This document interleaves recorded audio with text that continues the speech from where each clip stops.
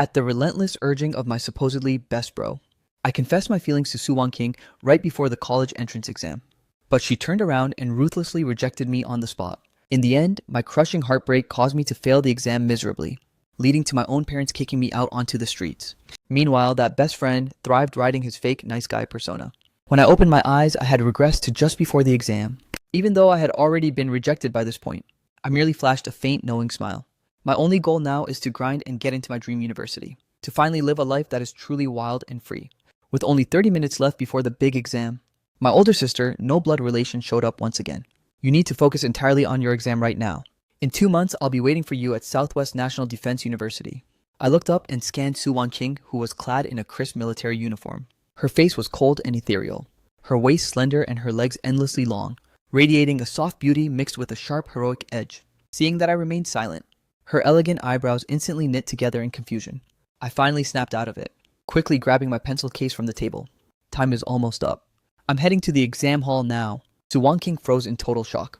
She didn't expect her usually clingy little brother to suddenly act so indifferent and aloof. I ignored Su Wanqing's probing, curious gaze and hailed a cab directly to the testing center. In this new life, I refused to waste another second chasing after Su Wanqing, only to end up a destitute wanderer like before. This time, I will seize this academic opportunity with both hands and successfully make it to the top. I'll get into a prestigious university and witness a far grander world by the time I finished and stepped out of the exam hall. The sun was already beginning to dip below the horizon. A swarm of reporters immediately closed in on me, scrambling to interview this year's batch of candidates. I tried to sidestep the commotion, but a microphone was shoved in my face. Student Chen Shu, word is you were brutally rejected yesterday. Did that heartbreak ruin your performance today? Before I could even offer a response, a lively figure squeezed through the dense crowd. It was the boy in the clean white shirt, with the sharp, short haircut Song Jingnian. Stop hounding him with these questions, oppa shit. Chen Shu's failed confession right before the entrance exam has left him in a total mess, as those familiar words hit my ears. All the traumatic memories flooded back into my mind. In my past life, every single misfortune I endured was gifted to me by this very best friend. It was Song Jingnian who leaked my private confession to the public. It was Song Jingnian who manipulated my parents into disowning me. Eventually seeing Song Jingnian looking smugly satisfied, while standing right next to Su Wanqing, the truth finally clicked. The only reason Song Jingnian sabotaged me was because he harbored a secret crush on Su Wanqing himself. My entire miserable life was nothing more than a stepping stone for his pathetic romance. But now that everything has restarted, I shoved past the babbling Song Jingnian to face the reporters with absolute composure. Loving someone isn't a crime, and confessing your feelings isn't a mistake. But none of that drama is going to impact me today. As for this exam, I'm fully confident that I'll ace it. Thank you. At that moment, the sunset bathed me in its glow, casting a shadow that looked incredibly sharp and resolute. I began walking toward my home, the very sanctuary I had desperately yearned for in my dreams in my previous life. Suddenly, a familiar loving voice called out, Chen Shu, you're back. I looked up and saw my father, standing by the same spot where he used to fetch me from school, right under that old locust tree. Seeing me there, my father gazed at me with a moment of hesitation before speaking. The things you said to Wanqing yesterday, I heard every word. I didn't dare let your mother find out. You're being foolish, son. Wanqing is your sister after all. I froze staring at my father's worried eyes as a wave of bitter sorrow washed over me. In my past life, because of my confession to Su Wanqing, I became a social pariah, and my parents were swallowed by the whirlpool of public scandal. Their hair turned white almost overnight, from the sheer stress and exhaustion, watching my father walk ahead of me. I jogged forward and looked my father straight in the eyes. Dad, I was wrong to mistake my dependence for romance. From now on, I'll only see Su Wanqing as my sister. The heavy gloom on my father's face finally lifted. As we entered the courtyard and pushed the door open, we found Su Wanqing still standing there like a statue. Father gave my shoulder a reassuring pat before heading inside the house. The fading sunlight slanted downward, casting a glow over Su Wanqing's cold and brooding face. Our gazes locked in the twilight, leaving us in a long, heavy silence. After a moment, I broke the ice with a calm smile.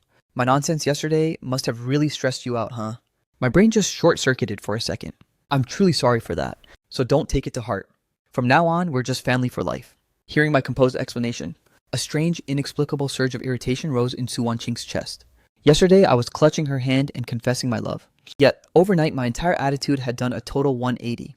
Had I truly abandoned those forbidden feelings? Or was I just playing hard to get? Su Wanqing narrowed her eyes at me and lectured in a stern voice, it's good that you've realized that. The entrance exam is your ultimate turning point. Keep your mind focused on the right path. Then, Su Wanqing pulled a campus brochure from her room and thrust it toward me. Southwest University's admission scores rise every year. You need to give it your absolute all if you actually want to get into your dream school. When I saw the Southwest University recruitment poster in my hands, my smile faltered for a split second, but I stayed silent. In my past life, I was obsessed with chasing after Su Wanqing, so it was only natural that I wanted to attend the school nearest to her military base. In the end, I never won her over and lived a tragic life. Now that I've finally been given a second chance, this time, I will resolutely choose my own path at Tsinghua or Peking University to study linguistics. I want to explore the world's diverse cultures, watching Su Wanqing's retreating figure. I ultimately decided not to mention changing my target school. Whatever, we'll both lead our own separate lives soon anyway.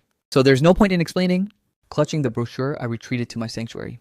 I flicked on the radio and dived into my revision, losing myself completely in the field I actually loved. I didn't emerge until it was time for dinner. For the first time in forever, the family gathered around the table. This was a luxury I could only dream of in my past life, when shame kept me drifting like a ghost far from home. The memory hit me hard and I nearly lost my appetite. Chenshu, what's on your mind? Was the exam that difficult? My mother placed a piece of egg into my bowl, asking with a voice laced with genuine concern. I simply shook my head with a faint, nostalgic smile. Not at all. It went great. My mother's face lit up instantly. That's wonderful. Once you get into Southwest University, you'll be right near your sister's military base. She can look after you. My hand holding the chopsticks stiffened. Mother didn't notice my reaction and continued, your father and I aren't getting any younger. University is demanding and you won't be home often. We'll only sleep easy knowing your sister is there. The truth felt like a lump in my throat, but I still couldn't bring myself to say it. I'll be 18 by the end of this summer break. I'm more than capable of taking care of myself. Mom, Dad, please don't worry. After we finished dinner, I tried to help my mother clear the table, but she ushered me away to shower and rest early. As I stepped out of the bathroom drying my hair, I spotted a familiar silhouette waiting in the courtyard. It was Su Wanqing. Her voice was flat and indifferent. Earlier at dinner, it looked like you had something to say. The towel in my hand came to a sudden halt. In my past life, I was like a pathetic shadow trailing behind her, while her entire world revolved around her studies. She was obsessed with following in her father's footsteps to fulfill the mission of guarding the borders. She never would have noticed me back then, but surprisingly this time, she actually picked up on my subtle unease. I let out a soft, airy laugh. It's nothing. Just the thought of leaving home makes me a bit sentimental. Under the pale moonlight, Su Wanqing gazed down at me, though I was shorter than her. For some inexplicable reason, she felt like I had become a mystery she couldn't solve. I ignored her and looked up at the sea of stars above, contemplating the future. I feared it would be rare to find such peace, to admire a view like this ever again. My teacher once remarked that after starting university, your hometown no longer knows spring or autumn, only winter and summer. As we age, the opportunities to return home only dwindle. Neither of us uttered another word, sinking into a heavy silence. Suddenly my mother approached from the kitchen. Wanqing, the matchmaker came by today. She wants to set you up with the Song family boy, Song Jingnian, for a blind date. Since you haven't left for the military yet, why not go and see if he's a match? Su Wanqing hesitated for a moment, then nodded in quiet agreement. Fine. Go ahead and arrange it, Mom. Mother's face beamed with instant delight. Great. I'll go give the matchmaker my answer right away. We'll set the date for you and Jingnian within the next few days. He's a boy we've known since he was a child. If it works out, we can make it official.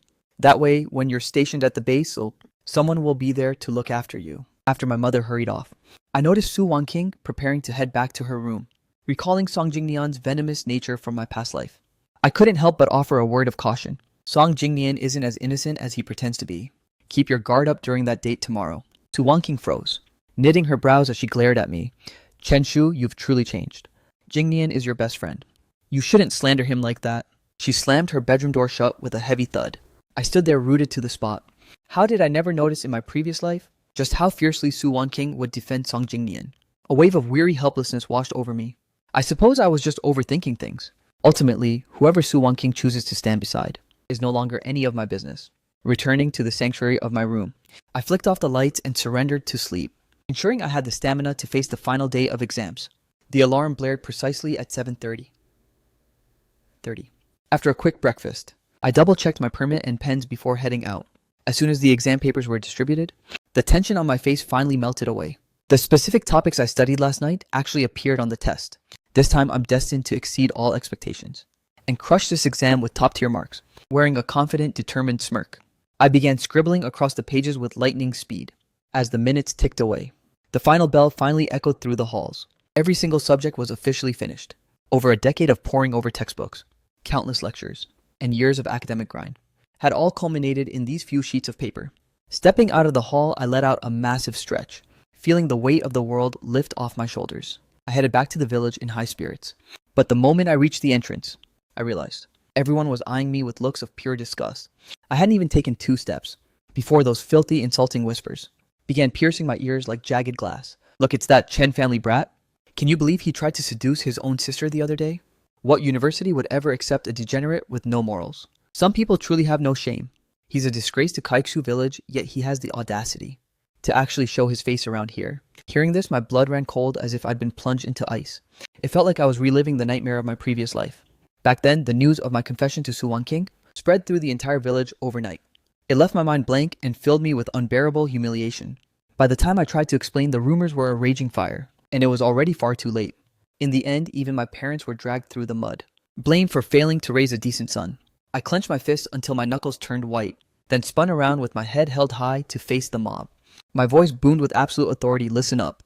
Su Wanqing and I share zero blood relation. There is absolutely nothing immoral about my feelings. Loving someone is never a crime. I was simply young and impulsive, mistaking my deep reliance on her for romantic love. I've already cleared my head and moved on. Whoever Su Wanqing chooses to marry in the future will have my full blessing. But if I catch any of you spreading lies behind my back again, don't blame me when I drag your dirty laundry into the light by filing a formal defamation lawsuit, having endured a past life. I am painfully aware that rumors only mutate into something more grotesque over time. Escapism only fans the flames of a scandal. This time, I'm standing my ground. The crowd, intimidated by my newfound resolve, instantly fell into a hushed silence. I maintained a brisk, steady pace back to my house. The moment I crossed the threshold, I saw my mother emerging from the kitchen with dinner. You're done. We can eat as soon as your sister returns. I reached out to take the platter from her hands and casually inquired about her whereabouts. My mother's face beamed with pure delight. Your sister has finally seen the light. Since she's meeting Jingnian tomorrow, she went into town to pick out a thoughtful gift for him.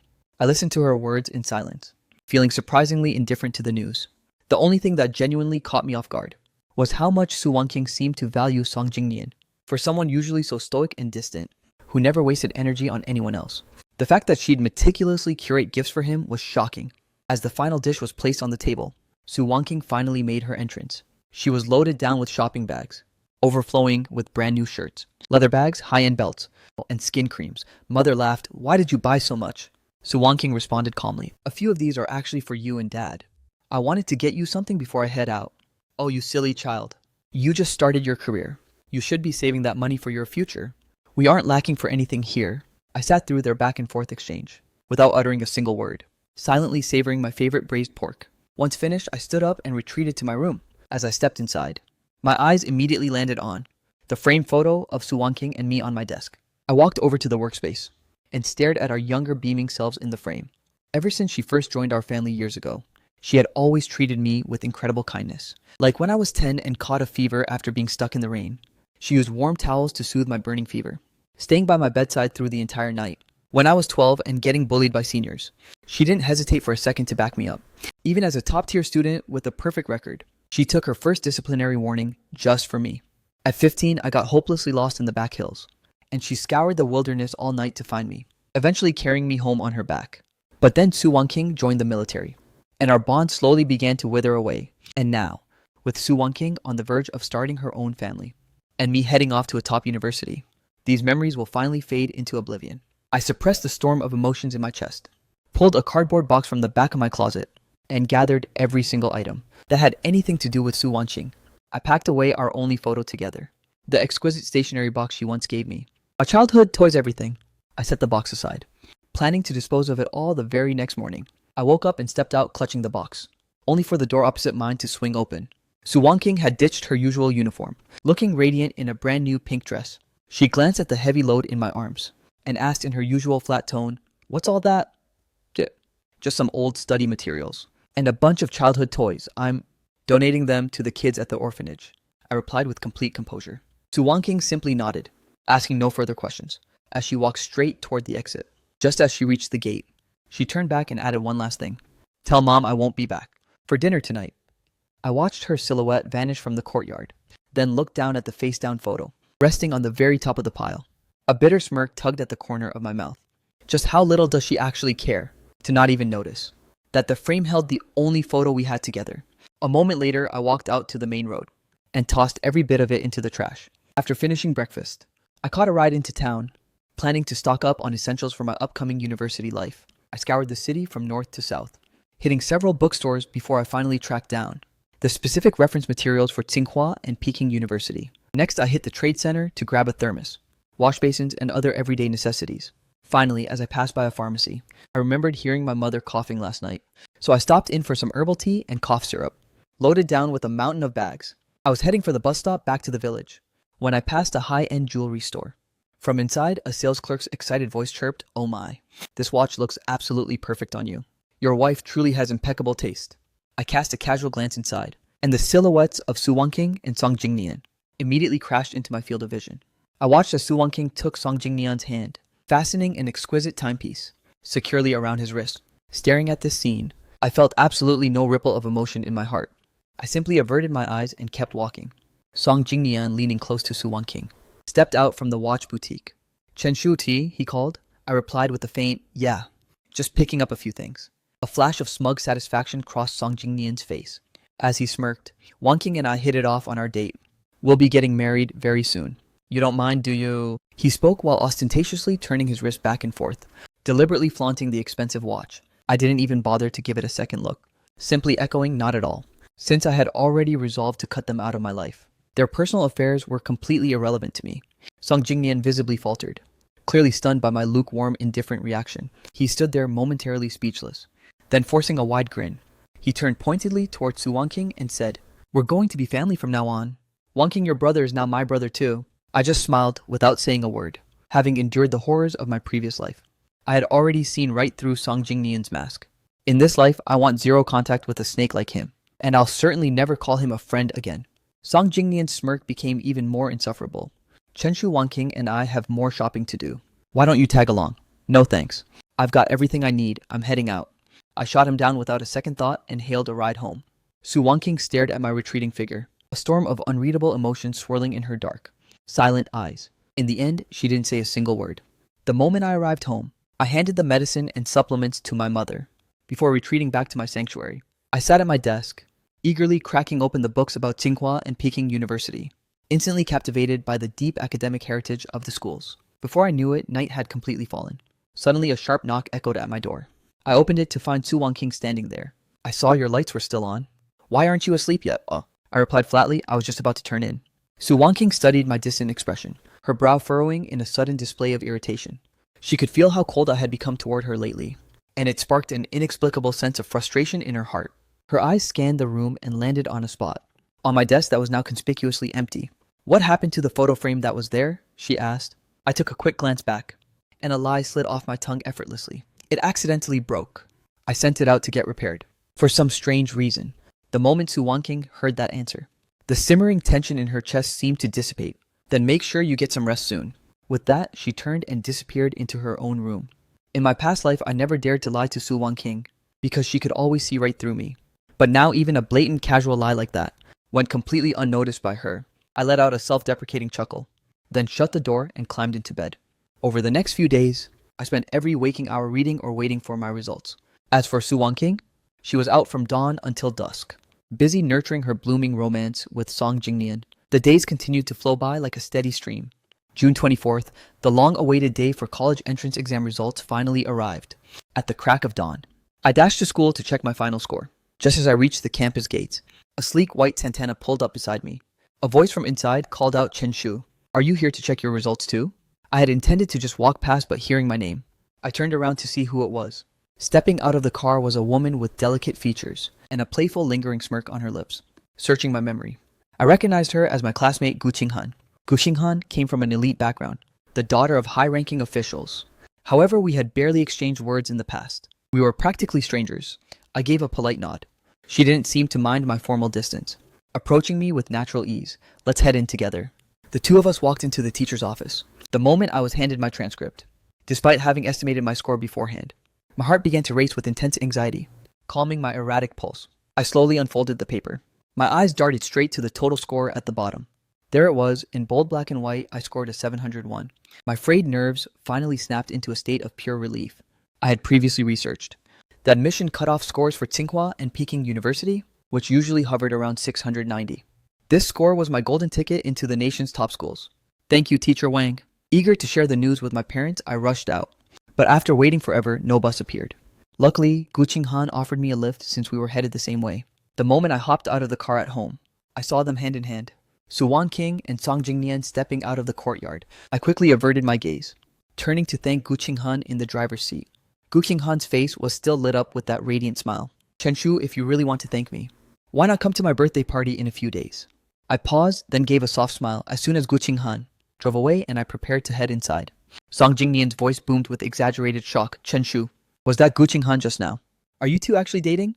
You know she's infamous for being a total player. Dating her probably won't lead to a happy ending, you know.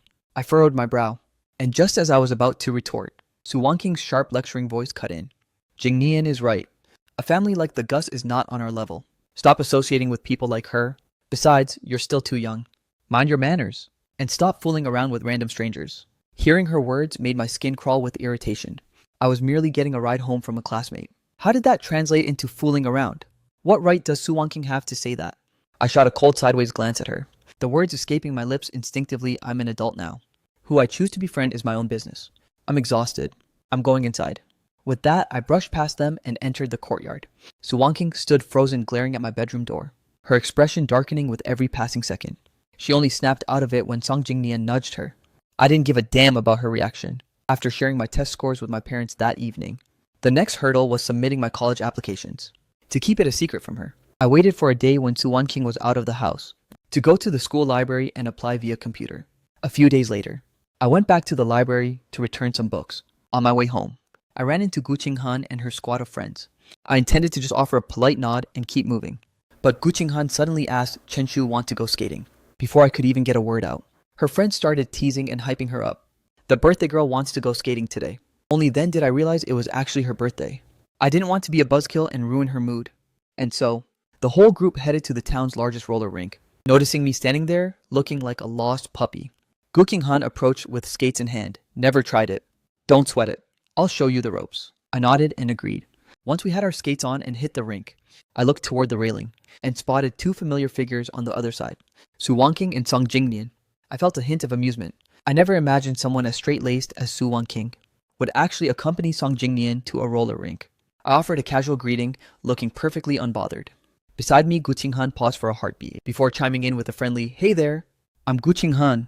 Su Wanqing shot Gu Qinghan a look of pure ice, just as she was about to snap something back. Music suddenly blasted through the rink speakers. The skaters who had been lounging on the sidelines instantly swarmed back onto the floor in a wild blur. The atmosphere turned electric in an instant. Song Jingnian, bursting with excitement, tugged at Su Wanqing's arm. "Wanqing, it's starting. Let's go, hurry up." Yep, shit. Whatever lecture Su Wanqing had planned was swallowed whole. She was forced to follow passively behind Song Jingnian. I watched them with a faint smirk before heading to the far side with Gu Qinghan. Since it was my first time on wheels, I was definitely feeling the nerves. I had no choice but to let Gu Qinghan take my hand as she slowly guided me onto the floor. Keep your knees slightly bent while you move, and push your feet out in a V shape. Exactly like that. She coached me through the basics as we glided along, under Gu Qinghan's expert guidance. I slowly started to get the hang of it. I asked her to let go so I could try a solo run, but I quickly realized I'd overestimated my skills. 2 steps after releasing her hand, I lost my balance and began a slow motion faceplant. Luckily, Gu Qinghan was lightning fast. She snatched me back before I could hit the deck. The next second, our bodies were pressed tightly together, feeling a wave of awkwardness. I tried to pull away, but my gaze caught a scene just a few yards away. Song Jingnian had both arms wrapped around Su Wanqing's waist. He leaned in slightly, pressing his lips against the corner of her mouth. Time seemed to freeze in that very moment. The crowd around them erupted into a roar of applause. Noticing my pale face, Gu Qinghan asked, "Did that fall really rattle you? Maybe we should go take a breather." I nodded and we made our way to the lounge area. Gu Qinghan hurried over to the counter to grab some sodas. I stood there by myself for a moment, until a woman with a sleazy expression and a provocative outfit skated toward me. "Hey there, cutie all alone, want to have some fun with big sister." She even reached out trying to get touchy-feely. Luckily, Gu Qinghan returned just in time to shield me. "What do you think you're doing?" Seeing that I wasn't alone, the woman slinked away in total defeat. Gu Qinghan turned back to ask if I was alright, but my skates suddenly slipped on the slick floor, sending me stumbling directly into her personal space. Gu Qinghan instinctively reached out to steady me, her arms wrapping firmly around my waist. We collided head-on, locked in an accidental embrace, even more intimate than the one before. I could practically feel the warmth of her body, making my heart skip a frantic beat. I found my footing and was about to thank her, when Su Wanqing's voice, thick with fury, cut through the air. What exactly is going on here? Gu Qinghan and I slowly pulled apart, only to see Su Wanqing glaring at us with icy piercing eyes. Chen Shu, in front of all these people. You're here hugging and flirting with this girl. Do you even have a clue what you're doing right now? Have you lost all sense of decency? Get home, now. She reached out and snatched my wrist with a violent tug. The sharp pain made me wince. You've got it all wrong. Just now it was, but at that exact second, Song Jingnian suddenly collapsed onto the ground, letting out a pathetic cry of agony. Su Wanqing's attention instantly snapped to him. She knelt down, her voice trembling. What happened? Song Jingnian clutched his foot, grimacing. Someone just crashed into me by accident. I think my ankle is twisted. The moment she heard that, Su Wanqing frantically tore off his skates and helped him up. I'm taking you to the hospital immediately. As she left, she threw a cold command at me, go home by yourself. I stood there rooted to the spot and caught Song Jingnian glancing back at me. The sheer smugness in his eyes told me everything. I knew instantly that he was faking it, but Su Wanqing was completely blind to his act, confirming once again that in her heart, Song Jingnian will always be more important than me. Just a second ago she was lecturing me for getting too close to another woman, yet the next moment she abandons me for Song Jingnian and leaves me alone with that very same girl, even though I guess she isn't so concerned anymore. Back in my room, exhaustion washed over me until I couldn't move, thinking I'd just collapse onto the bed for a moment, but I accidentally bumped into the desk, knocking over the pen holder in the process. A small hand-folded paper rose tumbled out. Staring silently at this fragile flower, I felt a daze this was Su Wanqing's handiwork. Back then our bond was still incredibly tight. I had seen a scene in some teen drama, where a girl folded a flower for a boy, and I pestered Su Wanqing to make one for me. I nagged her until she finally gave in, forcing her to look up a tutorial on how to fold it. In the end, she produced this single rose. She had patted my head with such doting affection. Here, I made it for you. You really are a handful. As my younger self clutched that tiny paper rose, the secret feelings in my heart bloomed uncontrollably. I even convinced myself that she felt the same way. When that rose went missing later, I was devastated for a long time. I originally wanted to ask her for another one, but then life happened and everything changed. Seeing this rose again now, I feel nothing but a profound sense of relief. Once you move past the moment you wanted something most, it loses all its meaning. I picked up that paper rose and tossed it into the trash without a second thought. Right then, a man's voice called out from the yard. Anyone home? Is this the residence of Chen Shu? I hurried outside and found the mailman, leaning his old-fashioned bicycle against the gate, clutching a thick envelope. I'm Chen Shu. Is that mail for me? The postman nodded and handed over the document. I tore it open with trembling hands, and seeing the Tsinghua University admission letter, my heart finally found its anchor. It's official. The dust has finally settled. Pure joy surged through me. I drifted into a deep, comfortable slumber. The moment I opened my eyes, the savory aroma of a home-cooked meal hit me. Just as the family was gathered around the dining table, Su Wanqing made her entrance. Mother asked with concern, how is Jingnian doing? It wasn't anything serious, was it? So? Su Wanqing replied nonchalantly, he's fine. Just a minor sprain. I've already dropped him off at home. Listening to her explanation, I simply kept my head down and continued eating, choosing to remain absolutely silent. Then Su Wanqing spoke up again. Mom, Dad, I received a notice from the military base. They need me to end my leave early and report back. I'm heading out tomorrow. Though caught off guard by the sudden news, my parents nodded in immediate support. Father was the first to chime in if it's an official order. Then you mustn't delay your departure. Finish your meal and get your bags packed early. Mother added with a hint of regret. It's just a shame about the wedding with Jingnian. I'm afraid it can't be finalized just yet, for some inexplicable reason. Su Wanqing instinctively glanced over at me, seeing my completely indifferent expression. A strange sense of irritation flared in her heart. Let's postpone it, she said. It won't be too late to handle everything by the end of the year.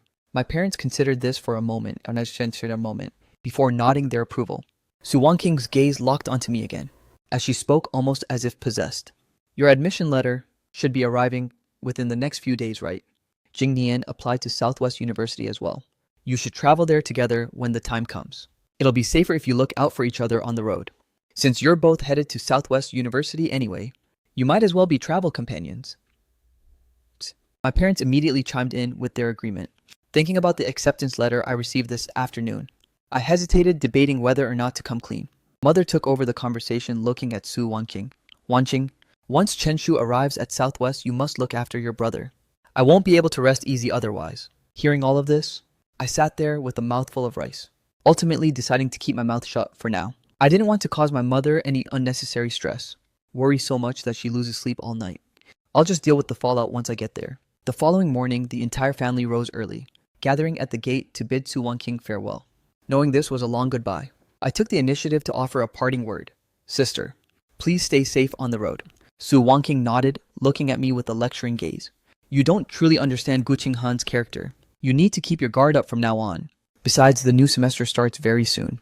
Get your head in the game and focus entirely on your studies. Don't fall behind once you're at Southwest University. I listened in stony silence, offering neither a rebuttal nor a verbal response.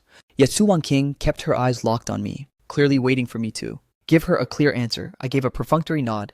I know, I'll just let her keep believing her own narrative. I no longer have the energy to explain myself. Su Wanqing opened the car door to depart, when Song Jingnian's voice suddenly echoed nearby. Wanqing. Su Wanqing rushed over to support him immediately. Your foot is still injured. Why on earth are you here? You're leaving for the base today. I had to come and see you off. I didn't stick around to witness their dramatic farewell. Turning away and entering the courtyard without looking back, Su Wanqing, for some inexplicable reason, abruptly turned her head to stare at my retreating figure. An unidentifiable sense of dread washed over her, as if she might never see me again. She scoffed at herself for having such a ridiculous thought. It wouldn't be long at all. Once I moved to Southwest University, we would inevitably meet again. After a few more words with Song Jingnian, she climbed into the military jeep and sped off into the distance. The hours of the day blurred past incredibly fast. By nightfall, I retreated to my room early and began packing my belongings. I was scheduled to leave this place first thing tomorrow, before reporting to Tsinghua and Peking University.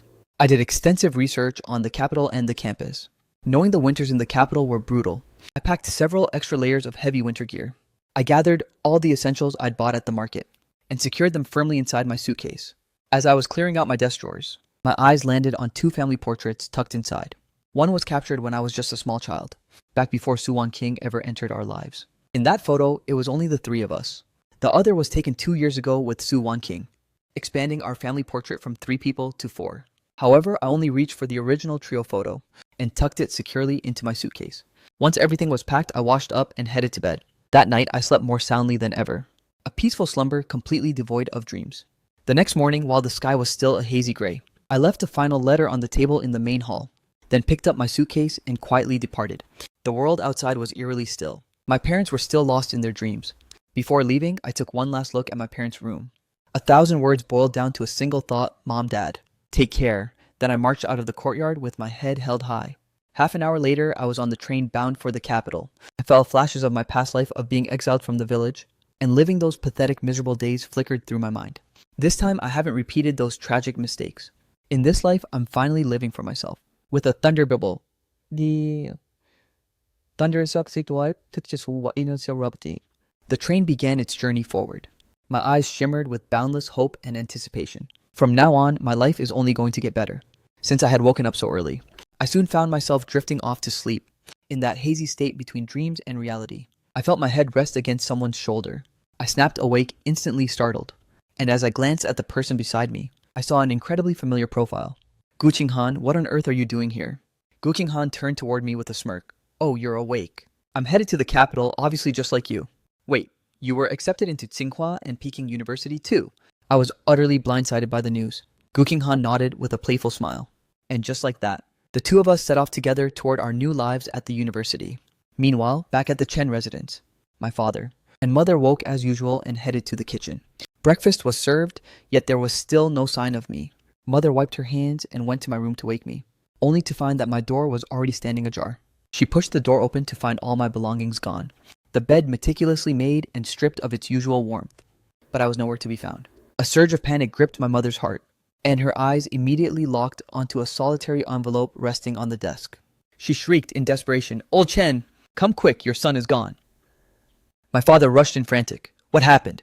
What do you mean he's gone? He arrived just as mother thrust the letter into his trembling hands, urging him, I found this on the desk just now. You're more literate than I am. Hurry and read it, he's. Father stared down at the envelope, noticing the words to Mom and Dad before ripping it open. He pulled out the parchment and unfolded it, reading the words Mom, Dad, Mom. By the time you read these words, I should already be on the train bound for the capital. I kept a secret from you both. I was actually accepted into Tsinghua and Peking University, not Southwest University. Please forgive my sudden departure, but I beg you not to worry. I'm fully capable of taking care of myself. Once I've settled in at the capital, I'll reach out via phone or letter. As father finished reading, a flicker of pure shock crossed his face. Chen Shu, he went to Tsinghua and Peking. He's already boarded the train. Mother froze. Wasn't it supposed to be Southwest? Even Wanqing thought he was heading there. What is going on with that boy? No, I have to call Wanqing immediately. She turned to dash out, but father caught her arm. Chen Shu is already gone. Telling Wanqing now won't change anything. He promised to contact us. Once he's made his way, we'll get the full story from him then. Mother hesitated, realizing there was nothing else to be done. At that very moment, Captain Su Wanqing was at the Southwest military base, putting a group of fresh recruits through their paces. Suddenly, a sharp, inexplicable pang of anxiety hit her, as if something vital was being ripped away from her life. She knit her brows in confusion, as my silhouette flashed unbidden across her mind. She shook her head, trying to dismiss the feeling. Chen Shu is about to start his journey at Southwest University soon. We'll be reunited before long. How could I possibly lose him? She had completely blocked out the fact that I once said I was aiming for Tsinghua and Peking. Once Su Wanqing cleared her head, she regained her composure and focused on the drill. After the training session ended, she headed to the shops. He probably won't bring everything he needs, she thought, planning to stock up on essentials and daily supplies for me. As she lugged a mountain of shopping back to the military compound, she ran into the neighbor, a fellow military wife. The woman eyed the heavy bags in her hands and remarked, Captain Su, buying so much household stuff. I guess your brother is joining the ranks soon, huh? Su Wanqing paused, startled, but she didn't offer a denial. Instead, a strange ripple of joy surged through her heart. The days bled into one another, until the orientation day at Southwest University finally arrived. Su Wanqing specifically requested leave from her superiors and drove straight to the Southwest campus, standing by the entrance.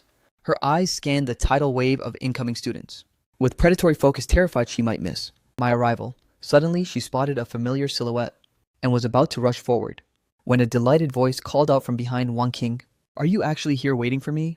Su Wanqing turned to see Song Jingnian clutching his luggage, beaming at her with a radiant smile. She scanned his surroundings, realizing he was standing there all by himself.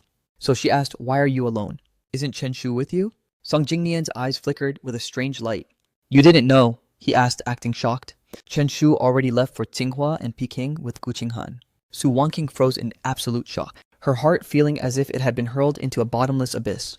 Her mind went blank. That's impossible. Southwest University was always Chen Shu's dream school.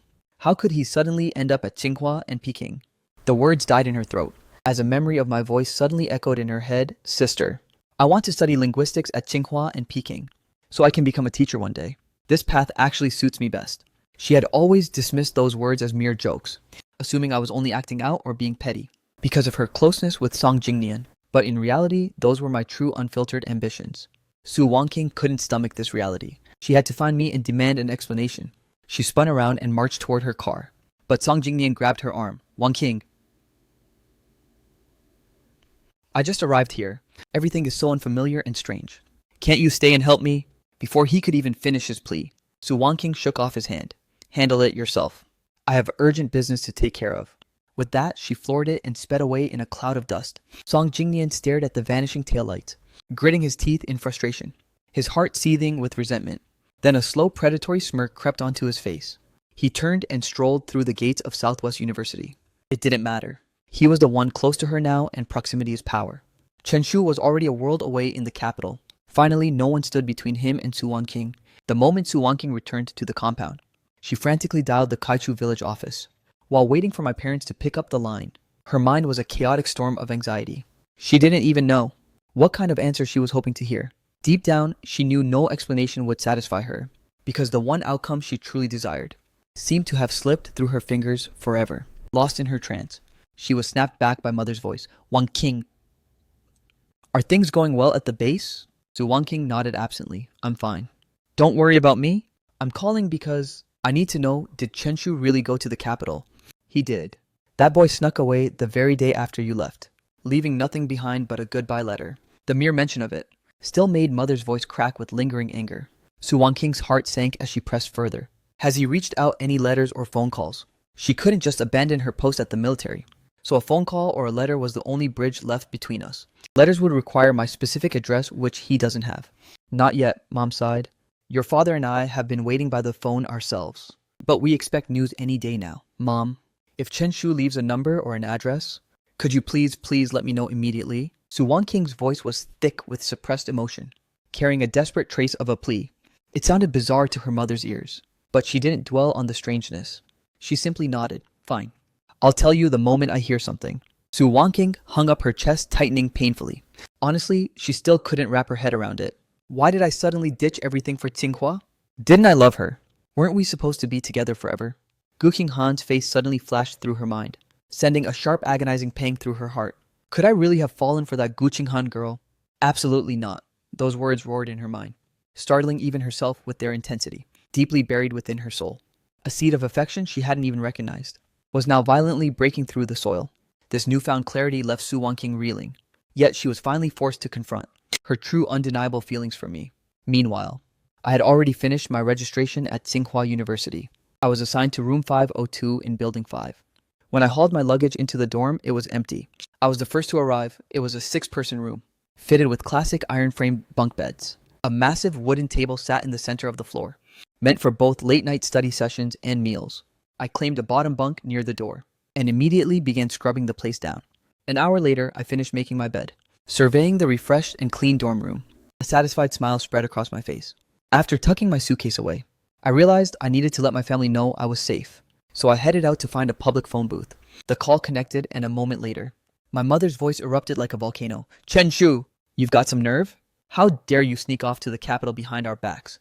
I winced and pulled the receiver away from my ear, waiting for the storm to pass before bringing it back. Mom, I told you both before. I had my heart set on Tsinghua and Peking.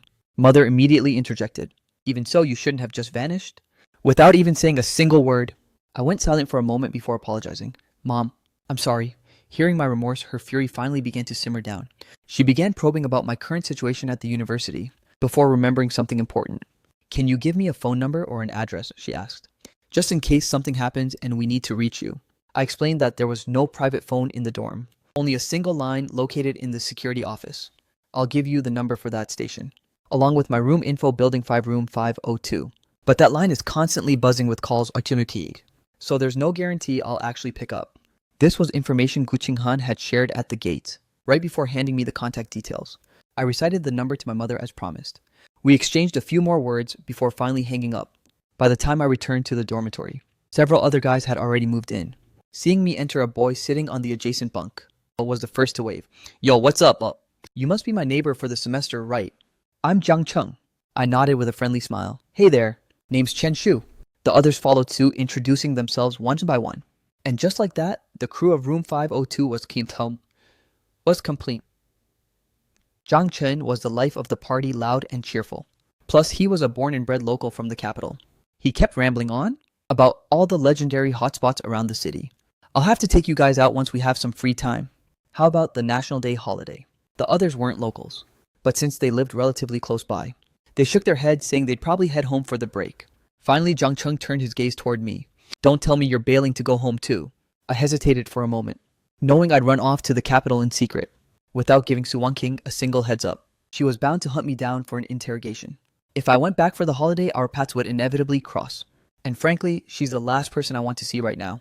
After weighing my options, I shook my head. I'm staying put. You'll have to show me around the capital then.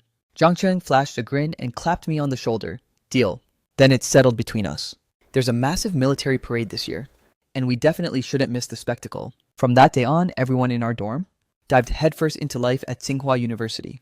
As per tradition, every freshman class has to attend the Grand Orientation Gala. The catch was that performance groups were divided by dorms, and every room had to showcase a talent. Aside from the absent Jiang Cheng, the rest of us huddled in the dorm to brainstorm our act. I surveyed the room and asked, so what skills are we packing? I actually spent some time in an art troupe back in the day. I've got a decent grasp of choreography and dance myself. I was genuinely floored. It turned out every single guy in the room was a secret dancer. I was the only one without a rhythmic bone in my body, making the situation incredibly awkward. Just then, Jiang Cheng burst through the door like a whirlwind. I've got it. I know exactly what our dorm is performing. Every pair of eyes in the room snapped toward him. He declared confidently, we'll do a joint ballroom dance with one of the girls' dorms. The moment the suggestion left his lips, everyone else was immediately on board, since they already knew the steps. They knew ballroom dancing was the ultimate trend on campus. I was the only one hesitating, stuck in my own head. Jang Chong clocked my apprehension instantly. Don't sweat it if you've got 2 left feet, he said. I'll personally coach you until you're a pro. In the end, I gritted my teeth and gave a reluctant nod. I came to Tsinghua to reinvent myself after all, to carve out a brilliant and unstoppable future. Might as well start by conquering the dance floor. As the group gathered to hammer out the details, a sudden thought struck me, and I turned to ask Jang Chong, wait, which girl's dorm are we actually teaming up with? Jang Chong slapped his forehead. Right, yeah. I almost completely blanked on that part. If you guys aren't busy right this second, let's head over and meet them. Everyone agreed and started filing out. But just as we stepped into the hallway, a voice echoed from the stairwell. Is Chen Shu from room 502 here? There's a phone call for you down at the security office. The hallway buzzed with curiosity. Didn't I just call home a couple of days ago? Could something terrible have happened back at the house? A surge of anxiety gripped me instantly. I turned to Jang Chong, breathless. I have to hit the security office first. I'll catch up with you guys in a bit. Jang Chong gave a quick nod. Solid. We'll probably be at the gym or the cafeteria. I nodded back and sprinted toward the security office. I snatched the receiver and pressed it to my ear. Mom, Dad. Is everything okay? Did something happen? But the voice echoing from the other end belonged to Su Wanqing. Chen Shu, it's me, hearing that voice. The one I least expected, yet knew so well. I froze in my tracks. I never imagined Su Wanqing would track me down this quickly. After a long, heavy silence, I finally forced out, sister. On the other end, hearing my voice. Su Wanqing's frantic heart seemed to settle for a fleeting moment, but the memory of my betrayal resurfaced, and the irritation in her chest flared up even hotter. Her voice trembled, laced with an uncontrollable spark of fury. Chen Shu, do you really have nothing to say to me?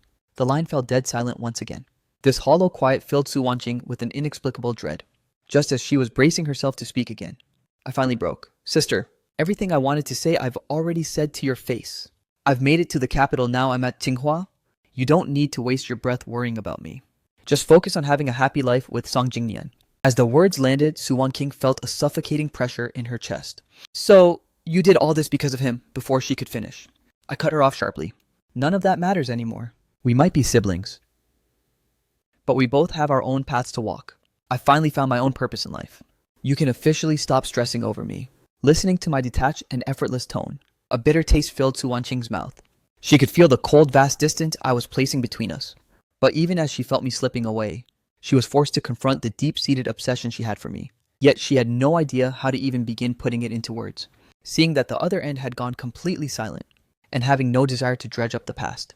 I spoke one last time. Sister, I've got things to do here. Let's leave it at that. Goodbye. I didn't even wait for her to react, before abruptly hanging up the phone. I stood there for a second, settling the storm in my chest, then pivoted and marched out of the security office. Following the directions Jang Chong gave me, I tracked the group down in the gymnasium. When I finally arrived, I saw them already paired up, guy and girl, deep into their first lesson. Jang Chong spotted me and waved instantly. Chen Shu, over here. I hurried over to the group and exchanged polite introductions with the girls. Then Jang Chong leaned in. I know you're a total rookie, so I saved the best dancer for you. He scanned the room, then pointed his finger toward a figure, approaching us from the far side.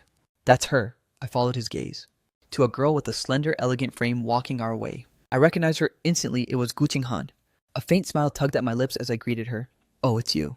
Gu Qinghan looked equally stunned to see me, then raised an eyebrow playfully. Well, look at that. Fate really seems to be pulling our strings. Meeting like this again. Jang Chong glanced between the two of us, with a suspicious, inquisitive look. Wait, you two already know each other? I gave a slight nod and laughed. Yeah, we actually come from the same hometown. Jang Chong beamed. That's perfect. Since there's already a connection, teaching you should be way less awkward. He turned his attention to Gu Qinghan. I'm leaving Chen Shu in your capable hands. Gu Qinghan gave a confident nod. Don't worry, I got this. Once Jang Chong headed off to practice, I turned to her feeling a bit bashful. Listen, Gu Qinghan, I have absolutely zero rhythm when it comes to dancing. Gu Qinghan gave me a reassuring look. Relax. Don't put so much pressure on yourself. Just trust my lead. I nodded, letting out a breath. All right. And so it began. Gu Qinghan started teaching me ballroom dancing step by step. She extended her palm. Place your hand on mine, and just follow the flow of my movements. She gripped my hand firmly, guiding me through the back and forth rhythm, before signaling for me to raise my arm. As she gracefully executed a series of spins under my lead, suddenly my footing grew treacherous and I stumbled, losing all mastery over my own balance. I felt myself hurtling backward toward the hard floor.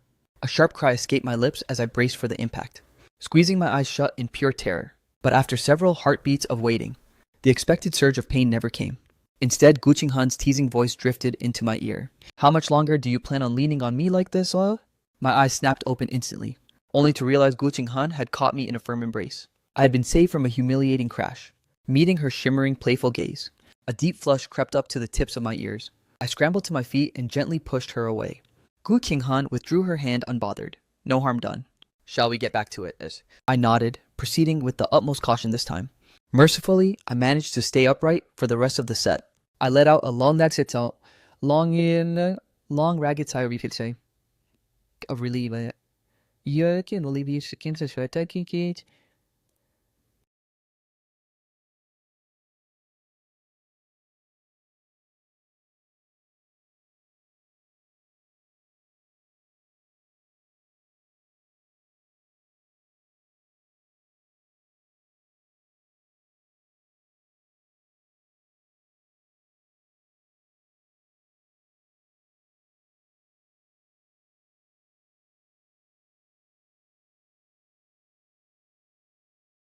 Gu Qinghan, witnessing my absolute tension, couldn't help but chuckle at my expense.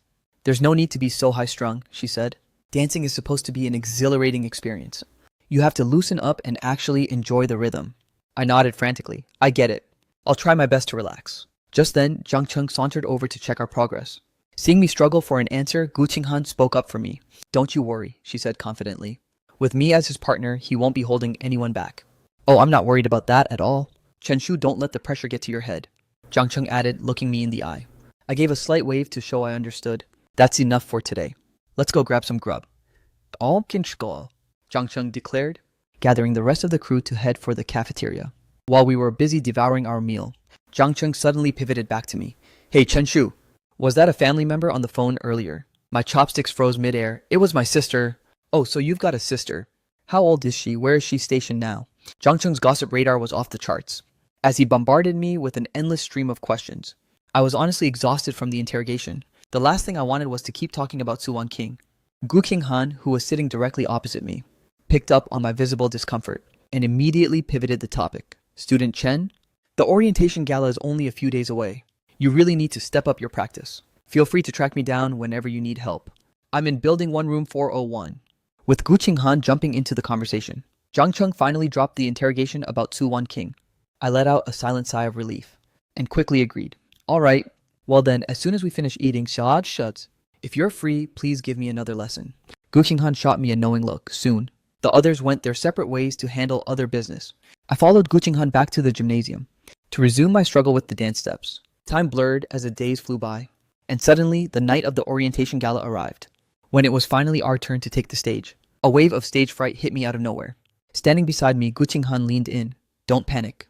I've got your back. If the nerves get too bad, just don't look at the crowd.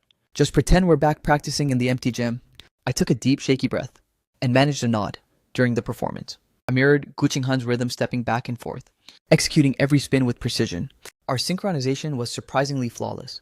But just as I began to truly find my flow, my eyes accidentally swept over the massive dark sea of faces in the audience. Panic surged instantly, and my footwork completely fell apart. In the chaos, I accidentally stomped right on Gu Qinghan's foot. Gu Qinghan sensed my spiraling anxiety and immediately pulled me closer to steady me. She guided my hands to rest firmly on her waist, while she draped her arms around my neck, spinning effortlessly with my momentum. Follow me, it's almost over, she whispered. We were pressed so closely together that I could feel her breath. My heart raced like crazy, and my face turned as red as a ripe apple. It wasn't until the thunderous applause erupted from the hall, and we all exited the stage, that the heat in my face finally began to subside. Jang Chong stared at me looking baffled. Chen Shu, why is your face so incredibly flushed? Is it because of that final move with Gu Qing? Han spinning so elegantly right in front of you. I was overcome with sheer awkwardness, lowering my gaze in silent embarrassment. Beside me, Gu Qinghan simply smirked, keeping her thoughts to herself. The orientation gala was a massive success, and because of that dance, my roommates and Gu Qinghan's dorm crew forged an incredibly tight-knit bond. After that, everyone dived headfirst into their academic grind. Aside from attending lectures all day, most of my waking hours were spent buried in the library. I'd constantly cross paths with Gu Qinghan there, and naturally the two of us grew quite close. As time trickled by, rumors began to swirl that we were actually dating. Even Jang Chong eventually cornered me to gossip. Chen Shu, are you and student Gu seriously a couple now? Hearing that wild accusation, I practically jumped out of my skin. I frantically shook my head. I just happened to run into her at the library often, that's all. Stop spreading such baseless nonsense. But seeing that even Jang Chong was convinced, I realized others must be misunderstanding us even more. The next day when I ran into Guqing Han at the library again, I made a conscious effort to maintain a strict distance. I didn't linger like I used to, refusing to listen to her fascinating stories about aerospace. You see, Guqing Han was majoring in aeronautics and astronautics. She immediately picked up on my bizarre behavior and instantly connected it to the gossip mill currently in overdrive. She whispered softly, "Chenshu, don't obsess over what others think. Even if we were actually dating, it wouldn't be anyone else's business but ours." I knew her logic was technically sound. But in my past life, it was precisely those toxic rumors that utterly ruined my entire existence. Now, in this life, I refuse to let myself get sucked back into that kind of vortex. I looked at Guqing Han and finally said, "I think I'll just stick to studying in my dorm from now on." Guqing Han froze for a second, observing my deeply troubled expression and furrowed brows. She started to speak, but ultimately bit back her words. She could feel how much this was weighing on me. If this was what I wanted, she'd let me have my space. Following that day, we intentionally cut back on our interactions. After a while, the petty whispers and idle chatter finally died down. I let out a massive sigh of relief, burying myself even deeper into my mountain of textbooks. Time flowed by like a relentless stream, and before I knew it, National Day had finally arrived. Everyone else in the dorm had headed home, leaving only me and Jang Chong behind. Jang Chong mentioned there would be a massive military parade, insisting that we go and witness it together. National Day parades don't happen every year. The last one was already 5 years ago. I had only ever heard legends about it, but I had never seen the spectacle with my own eyes. Now that I was actually living in the capital, I absolutely had to go and experience it. The two of us were totally in sync. But just as we reached the school gates, we ran into Guqing Han. She looked genuinely surprised. "You didn't go home. Where are you two headed in such a rush?" Before I could even get a word out, Jang Chong beat me to the punch. "We're heading to Tiananmen to catch the military parade."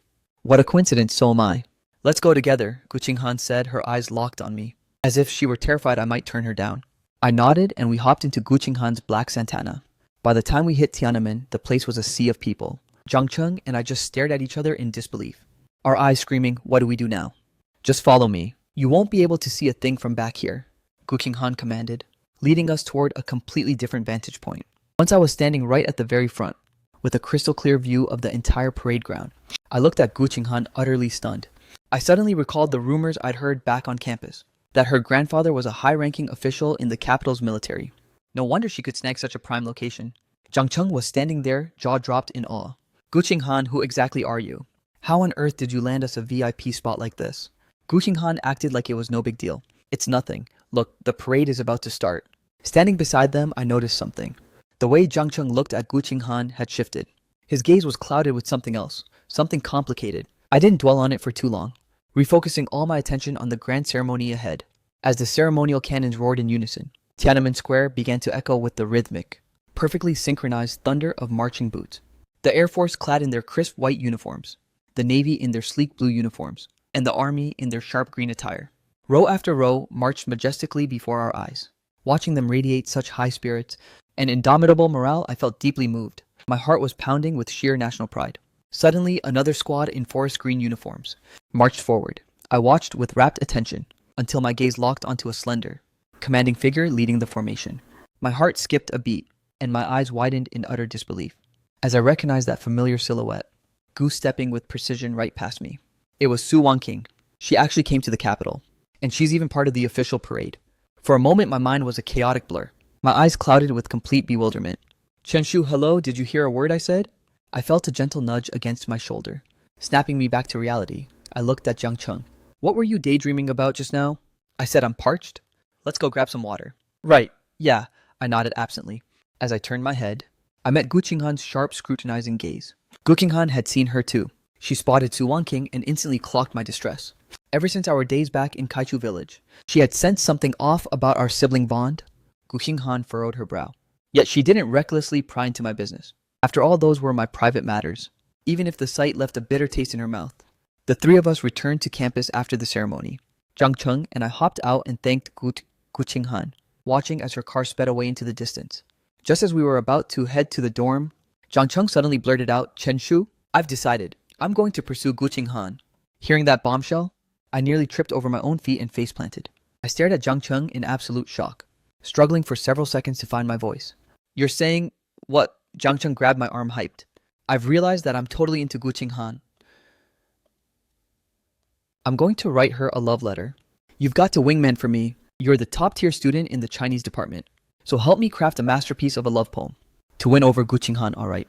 With that, Jang Chong dragged me back to the dorm at breakneck speed. Before I could even process what was happening, I was shoved into a chair at the desk. A pen thrust into my hand, and a blank sheet of paper laid out before me. Finally snapping back to my senses. I dropped the pen and pushed back. No way, I can't do this. Find someone else. Seeing my blatant refusal, Jang Chong took a step back. Fine, I'll write it myself. But you have to proofread it for me, deal. Listening to his suspicious tone, Su Wanqing sensed there was more to the story. Are you hiding something from me? She demanded. Do you know why he abruptly ditched everything for Tsinghua? So what if I do? He countered.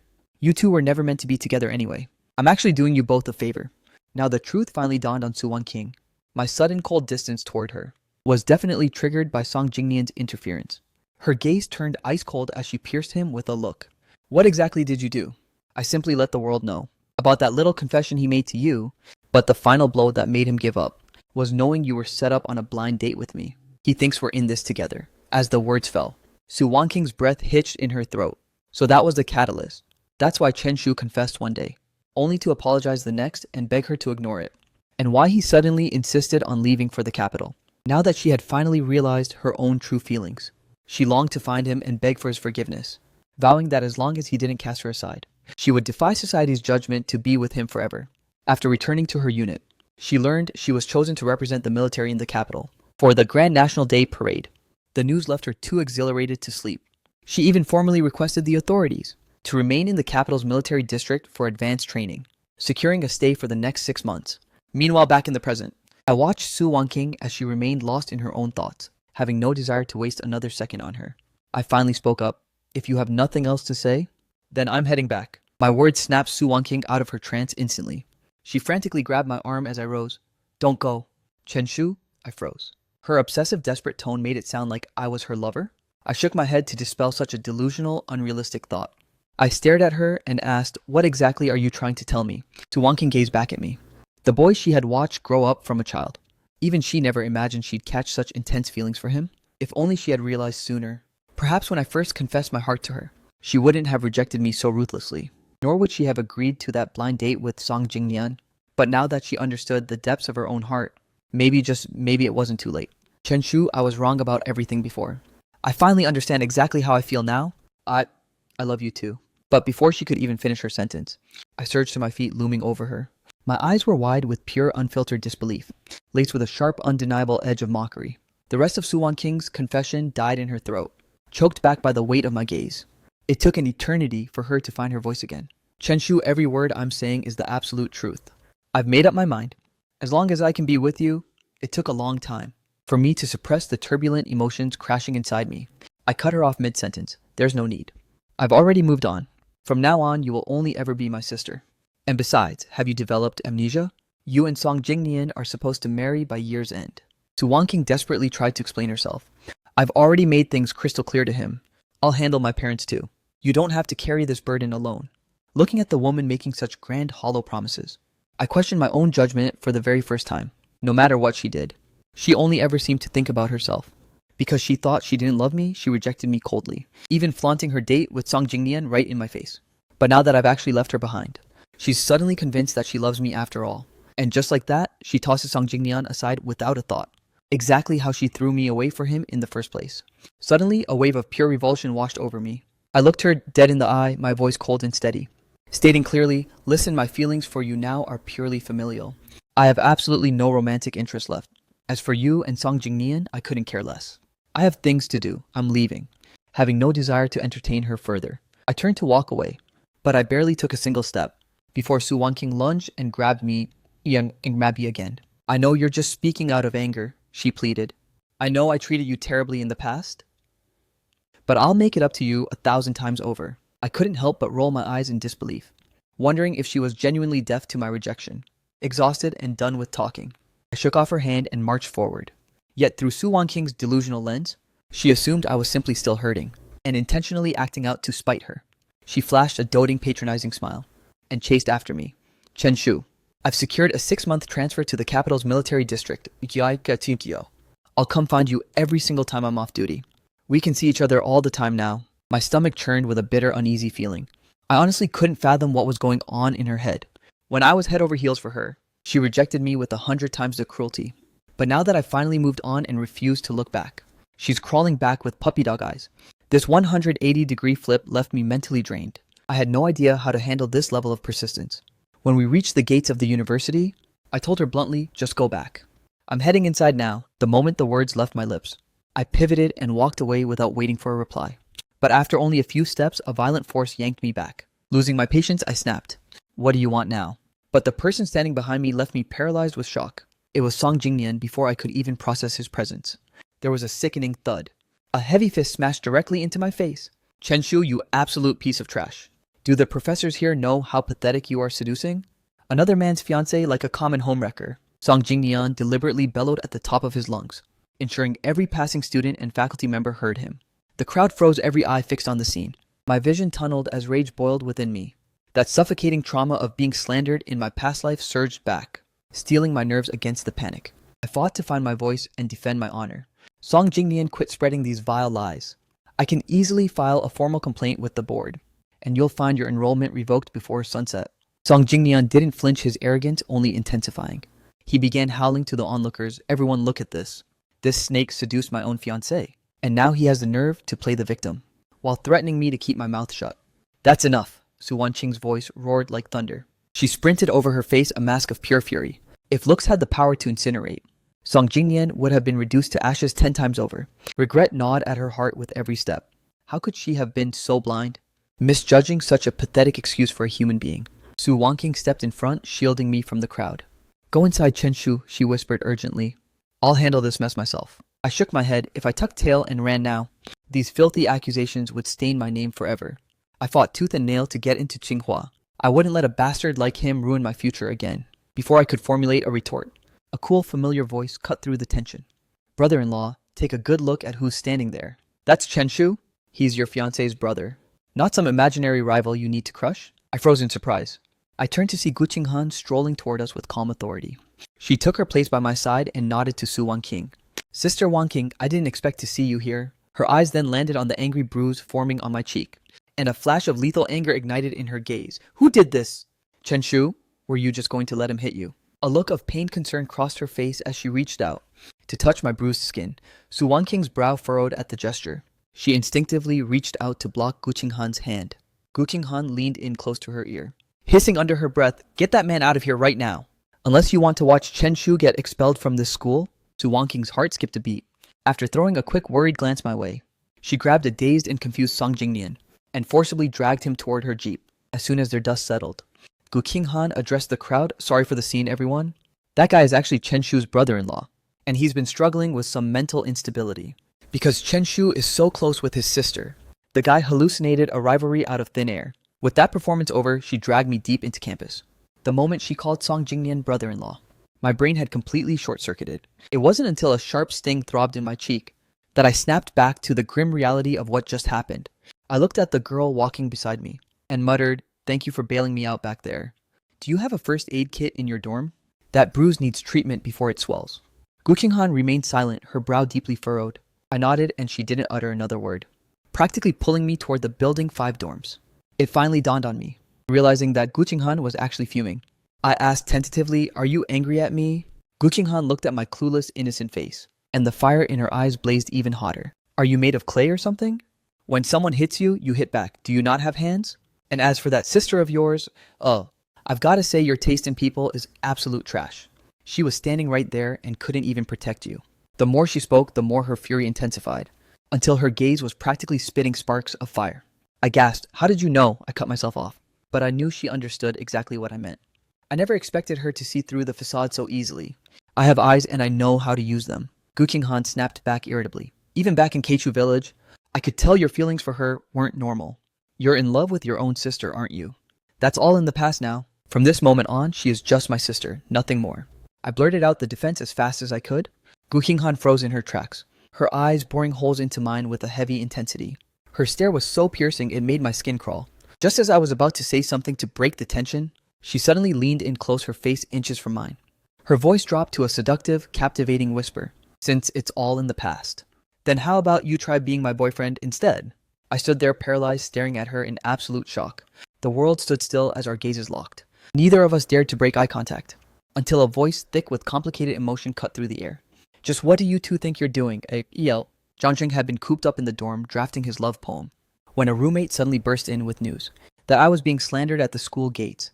He instantly dropped his pen and sprinted out of the dorm, only to stumble upon me and Gu Qinghan standing so close downstairs. The way we were gazing into each other's eyes made it look as if we were a pair of star-crossed lovers. His heart sank into his stomach instantly, and he blurted out a shout to shatter our moment. I snapped back to reality in a heartbeat, clumsily pulling away from Gu Qinghan to face Jang Chong, remembering everything he had told me about his feelings. I panicked. Jang Chong, it's not what it looks like. But before I could even finish my desperate defense, Gu Qinghan cut me off with sharp authority. And why exactly do you feel the need to explain yourself to him? I was left completely speechless and flustered. Jang Chong stepped forward, his eyes locking onto Gu Qinghan's. Because he knows that I'm head over heels for you, and that I intend to make you mine. As the words hung in the air, I felt Gu Qinghan's gaze turn into 1,000 sharp needles, piercing right through me, making me too terrified to look her in the eye. Just as I was frantically searching for an escape route, a male student abruptly marched up to me. Student Chen Shu, you're required at the Academic Affairs office immediately. My heart jolted as I realized the gravity of the situation. It was definitely because of the chaos at the school gates. Even though Gu Qinghan had dismantled the rumors with a few words, the university still needed to uncover the absolute truth. I nodded quickly. Understood. I'll head there right away. I'm coming with you, Gu Qinghan declared without a moment's hesitation. Jang Chong watched the two of us, his expression darkening with every passing second. I'm coming along too, he insisted, and so the whole group marched toward the administration building.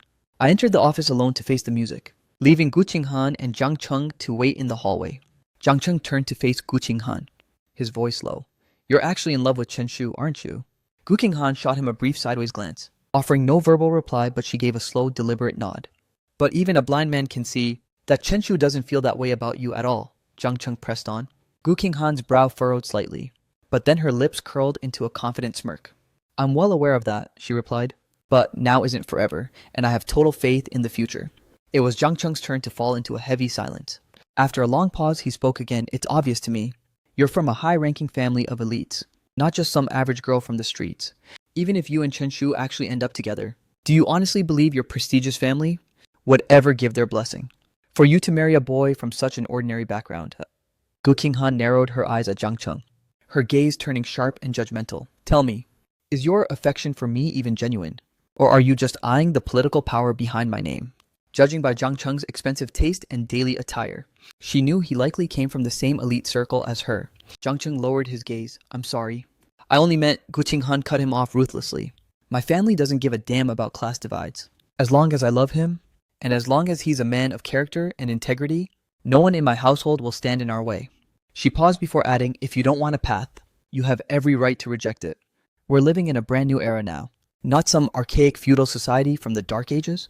Jang Chong snapped his head up to stare at Gu Qinghan, a spark of yearning to break his own chains flickering in his eyes. Is it truly possible to just say no? At that moment, I finally emerged from the office. Gu Qinghan rushed toward me, her voice laced with worry. How'd it go? They didn't give you a hard time, did they? I kept my expression light and relaxed, offering a reassuring smile. Not at all. I've cleared the air and laid out the facts. I took a moment to reflect, then added, actually, I'm drafting a formal letter of complaint to Southwest University. After the way Song Jingnian tried to drag my name through the mud, I'm not letting him off the hook that easily. Gu Qinghan nodded in full support. Good, do it. Then I noticed Jang Chong standing nearby, lost in thought. I walked over and gave him a gentle nudge. Hey, Jang Chong, you okay? You seem a million miles away.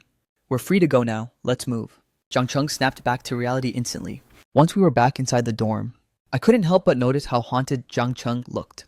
I assumed he was still reeling from seeing me with Gu Qinghan, so I rushed to clarify. Listen, Jang Chong. What happened back there with Gu Qinghan wasn't... He cut me off before I could finish. Chen Shu, I'm sorry. I've been dishonest with you. About what? I asked, completely bewildered by his sudden shift. The reason I claimed I wanted to pursue Gu Qinghan, it wasn't because I actually had feelings for her. It was solely because of her powerful family background. Jang Chong gazed at me, his eyes clouded with a mix of confusion and deep melancholy. I pulled up a chair and sat down beside him, softening my voice. It's all right. Just take your time and tell me everything. From Jang Chong's confession, the truth finally emerged. His father was a high-ranking general in the capital's military, and he had grown up under his father's iron-fisted control, constantly being brainwashed with the idea that he could only marry into another elite high-status family. Even getting the chance to study here at Tsinghua had cost him an immense amount of effort. It was the only small scrap of freedom he had managed to win. So the moment he realized Gu Qinghan shared the same prestigious background as him, he impulsively decided he had to chase her. I never would have guessed that the bubbly, carefree Jang Chong, the guy who seemed to have no worries in the world, was actually harboring such heavy psychological burdens. Jang Chong, I began, you need to realize that we're living in a modern era now. Everyone has the right to choose their own partner. If you're unhappy, you should talk it out with your family. This is your life, man. You're the one who should be in the driver's seat. Don't let anyone else dictate your future. This was a hard-earned truth I had only realized after the agonizing tragedy of my previous life. Jang Chong stared at me intensely, then blurted out, no wonder Gu Qinghan fell for you. She told me the exact same thing. I froze stunned. Wait, but the words died on my lips. As Jang Chong suddenly reached out to stop me, his voice cracked with a hint of a sob. Chenshu, thank you. I finally know what I need to do. I reached out and gave him a supportive pat on the back. It took a few moments for him to compose himself. Jang Chong eventually pulled away. His eyes were still bloodshot and puffy, but a genuine smile had finally returned to his face, just as I let out a sigh of relief. But then I heard him ask Chen Shu, do you truly feel nothing for Gu Qinghan? I haven't really given it much thought, I replied. Right now, I just want to pour all my energy into my studies. I wasted so many years loving Su Wanqing, only for it to end in utter ruin and misery. The concept of love or attraction just isn't a priority for me anymore. I only want to broaden my horizons and sharpen my mind, fighting to secure a brilliant future for myself. During the final days of the National Day break, Jang Chong took me to explore every corner of the capital. Gu Qinghan joined us for most of those outings, while Su Wanqing and Song Jingnian were nowhere to be found during that entire time. I had no clue how Su Wanqing ultimately dealt with the mess Song Jingnian made, but frankly, it was no longer any of my business. Once the holiday finally wound down, I fell back into my daily routine of grinding at the library. Gu Qinghan was still there by my side, but I didn't go out of my way to avoid her like before. If I started acting distant again, it would only reignite the drama from the school gates, and people would start gossiping all over again. Still, I felt like I owed Gu Qinghan an explanation. Finding a quiet moment, I finally said, Gu Qinghan, everyone keeps misunderstanding what's between us. I was really bothered by it back then, but Gu Qinghan watched my internal struggle and let out a soft sigh. I'm the one who took the initiative to say those things that day. I was actually worried you'd be offended by my boldness. The fact that you're even letting me stay by your side makes me incredibly happy. I saw the raw affection in her eyes. I pursed my lips, searching for the right words. I might not be ready for a relationship right now, but thank you for understanding. It's fine. I'll just have to work harder to win you over. I'm confident I can make you change your mind, Gu Qinghan declared with a playful, self-assured grin. I was left speechless, unsure how to respond. So I simply fell into a comfortable silence. Now that we had laid our cards on the table, being around each other felt more natural and pleasant. Time continued to slip away as I immersed myself in books. Half a month later, as I was walking to the library with a stack of textbooks, one of my roommates came sprinting toward me, out of breath.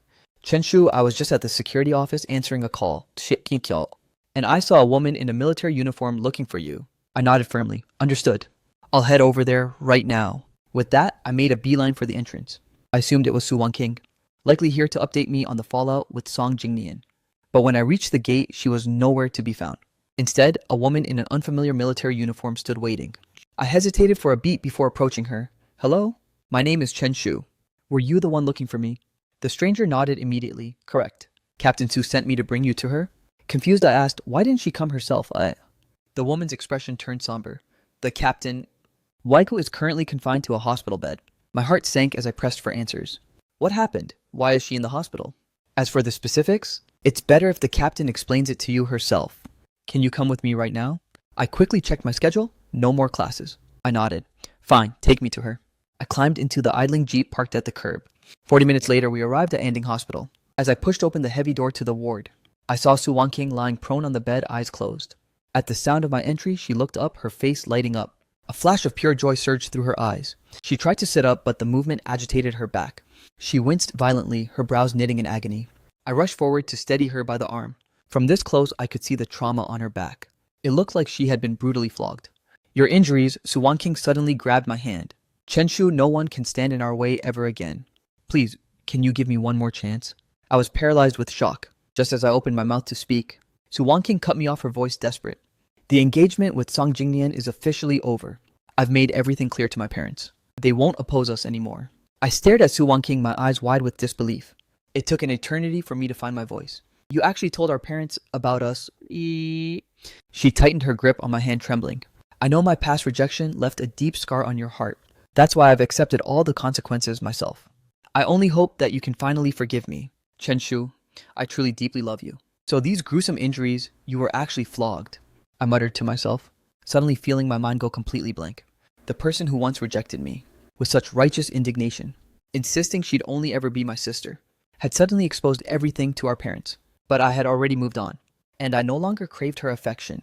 Consequently, her grand sacrifice didn't move me at all. It only left me feeling awkward and lost. Instead, a profound sense of sorrow surged from my depths. In my past life, I was just like Su Wanqing. I fought tooth and nail in front of our parents, only to be rewarded by being kicked out onto the streets, leading to a lifetime of absolute misery. Yet, when Su Wanqing does it, they let go and even support it, while not a single person bothered to ask for my opinion. In this moment, I felt a bone-chilling cold wash over me. Su Wanqing gazed at my silent, stony face, and her joy was slowly consumed by a creeping anxiety. She stared at me intensely, finally whispering, Chen Shu, aren't you happy from now on? We can finally... I cut her off before she could finish. I buried my turbulent emotions beneath a mask of indifference, asking in a flat, hollow tone, what did you tell them? How is it that they haven't called me even once? Su Wanqing then proceeded to recount every agonizing detail of the entire ordeal. Apparently on that fateful day, after Su Wanqing forcibly removed Song Jingnian from the gates of my university, she personally escorted him back to Southwest University. Meanwhile, my formal letter of complaint had reached the dean. After a swift investigation, Song Jingnian was officially expelled from the university, sparking a massive scandal back in Keichu village. Song Jingnian's parents even stormed the Chen household to cause a scene. Su Wanqing rushed back just in time to lay the ugly truth bare before everyone. Song Jingnian completely lost his mind at that point, right there in front of the entire crowd. He pointed a trembling finger at Su Wanqing and screamed, You dare claim you're acting out of selflessness. Being with me was nothing but a pathetic smokescreen. To hide your shameful, dirty affair with Chen Shu, shut your mouth, Song Jingnian. Since things have reached this disastrous end, you know exactly who the real culprit is here. Su Wanqing cut him off with a voice trembling in rage. And regardless of what happens between me and Chen Shu, that is strictly a matter for the Su family. It has absolutely nothing to do with you. If you want to drag this into the light, I'm not afraid to admit it. But maybe we should discuss you instead, and that little secret regarding your senior at school. Song Jingnian shivered under Su Wanqing's lethal glare, his confidence instantly evaporating into pure guilt. How on earth did Su Wanqing find out about that? Back at Southwest University, a certain senior girl was obsessed with him, and since he was constantly getting the cold shoulder from Su Wanqing, he had crawled to that girl seeking consolation. Even the cash for his ticket to the capital had come from her pockets. In the end, Song Jingnian choked back his insults, unable to utter another word. It wasn't long after that confrontation until he was shipped off to his grandmother's house, located several days' journey away from Keichu village. Once Song Jingnian was scrubbed from her life, Su Wanqing decided to have a final showdown with my parents. She dropped to her knees right in front of them, leaving the two elders completely stunned. Wanqing, what in the world are you doing? Mom, Dad, I have something to confess. It might be hard for you to swallow, but these are the true feelings of my heart. My parents exchanged looks of sheer confusion. What is it? Just say it. Mom, Dad, I'm so sorry. I've utterly betrayed the trust you placed in me. What I feel for Chen Shu isn't just sibling affection, Asies. I'm in love with him. Those words were like a thermal detonator, ripping through the peace of my parents' living room. You can imagine the chaos that followed. Su Wanqing was beaten until her skin was raw and bloody, and she was forced to kneel for an entire day and night. But eventually, they stopped scolding her. They simply told her to get up. Su Wanqing understood what that silence meant. While they hadn't given their blessing, they weren't fighting it anymore. Listening to Su Wanqing recount this saga, I felt a bitter, unidentifiable cocktail of emotions stirring inside. Despite the massive sacrifices she had made, I had no intention of ever looking back. I looked at Su Wanqing and spoke quietly. Sister, let me tell you a story of my own. A flicker of confusion crossed Su Wanqing's eyes, quickly overshadowed by a mounting sense of dread. She had convinced herself that once Song Jingnian was gone, and the parents were dealt with, everything would be perfect. I would have zero psychological barriers left, and would surely be ecstatic to reconcile with her. But from the very beginning until now, not even a flicker of a smile crossed my face. Su Wanqing's heart was doing frantic somersaults, as the wound called panic ripped wider and wider in her chest. I didn't even wait for a response from her. I simply began to speak my truth. I recounted everything I had endured in my past life, starting from that confession filled with hope, to the moment I died cold and alone in a foreign land. Once finished, I squeezed my eyes shut, slowly burying my turbulent emotions back into the depths of my heart. I looked directly at Su Wanqing, my gaze now tranquil and flat. Sister, I'm sorry, but I've truly moved on from you. From now on, we can only ever be siblings. Su Wanqing's heart felt as though a massive sledgehammer had smashed a hole through it. Even her lips turned a ghostly bloodless white. Chenshu, I was just confused before. I didn't realize what my own heart wanted. I'll change, I promise. Can't we just start over, please? At this moment, a faint, lingering melancholy washed over me. If only she had said those words to me in my previous life, would I have avoided that entire lifetime of misery and ruin? In that past life, Su Wanqing never fell for me. Yet now she's begging to be with me. Is this just a common human flaw? That we only crave what we can no longer have? If that's really the case, then my past self died for absolutely nothing. In this life, I refuse to walk that path of regret ever again. But honestly, none of that matters to me anymore. Since I've decided to march toward the future, there's no point in obsessing over the ghosts of the past. Once I found my peace, I told her, get some rest. I'll come visit you again later. I turned to leave the room, but Su Wanqing lunged forward to grab me. Chenshu, just because of some story, you're actually going to give up on me? I paused for a beat, my voice echoing with a trace of desolate gloom. What if I told you it wasn't just a story, but something I actually lived through? I shook off her trembling hand and walked out of the ward without a single backward glance. Su Wanqing stared at my retreating back. The agony in her chest was unbearable. Clearly, she had arranged everything perfectly. So why was he still slipping through her fingers? She was unwilling to concede and refused to give up. He had been so head over heels for her before. There was no way he could just flip a switch and stop. As for that haunting story he told, while it left Su Wanqing feeling deeply unsettled, she refused to believe in such supernatural nonsense. The immediate priority was to heal her physical wounds. Chenshu was a soft-hearted man at his core. If she devoted herself entirely to him, she was certain she could win him back. Meanwhile, after I walked out of that hospital, I didn't head straight back to campus. Instead, I found a secluded public phone booth and dialed my childhood home. My father was the one who picked up this time. A heavy, stifling silence stretched between us for a long moment, until I finally broke the ice. How are you and Mom holding up? Tita. A few seconds passed, before my father's weary voice finally crackled through the line. Your mother fell ill, but it's nothing too serious. There's no need for you to worry. A wave of guilt and heartache washed over me. I knew that the moment Su Wanqing confessed, it would be a devastating blow my parents couldn't easily survive. I just couldn't fathom why they had chosen to compromise. Regardless, I needed to make my own stance. Absolutely clear to them. Dad, I'm so sorry regarding the situation with Sister I. But before I could even get the words out, my father cut me off. As for the two of you, your mother and I are washing our hands of it. If you decide never to return, so be it. We're perfectly capable of looking after ourselves. Hearing the utter exhaustion in his trembling voice, I couldn't help but press him. Dad, tell me, why exactly did you both stop opposing it? After a long pause, my father finally exhaled. That day was the first time I'd seen Wanqing like that. It reminded me so much of her biological father, and my heart was just filled with immense shame. So that was the catalyst. Dad, please listen to me. When I told you I'd only ever see her as a sister, I meant it with every fiber of my being. That's the whole reason I fought to get into Tsinghua. In fact, it was a major factor in my decision. The line went dead silent for a heartbeat. Chenshu, you better explain yourself clearly right now. What exactly is going on between you and Wanqing? My father's voice roared through the receiver. I've already made my stance crystal clear to her. We will never be anything more than family. I spoke with an unshakable iron resolve. Dad, you and Mom just focus on taking care of yourselves. These are our own personal entanglements, and we are the ones who have to resolve them. I couldn't make it back home this National Day, but I promise we'll both be there for the new year. In the end, my father didn't push any further. He simply exhaled a weary, all right. After hanging up, my thoughts drifted back to Su Wanqing. I truly hoped she wouldn't spiral into a dead end, no matter what happens next. I refused to let my parents lose any more sleep over me. By the time I made it back to campus, dusk had already fallen. As I approached the dormitory entrance, I spotted Gu Qinghan pacing back and forth anxiously. I walked up to her. Gu Qinghan, what brings you here? Before I could finish, she cut me off, her voice trembling with frantic concern. Where have you been? Do you have any idea how worried I've been all afternoon? I'm sorry, an emergency came up and I had to hit the hospital. I offered a sincere, humble apology and explanation. The hospital? What happened? Are you hurt or sick somewhere? Gu Qinghan's eyes frantically scanned me for injuries. I shook my head. It's not me. It's my sister. Gu Qinghan froze. She's still here in the capital. She hasn't gone back home yet. She applied for a transfer to study at the local military district. She'll likely be staying here for another 6 months.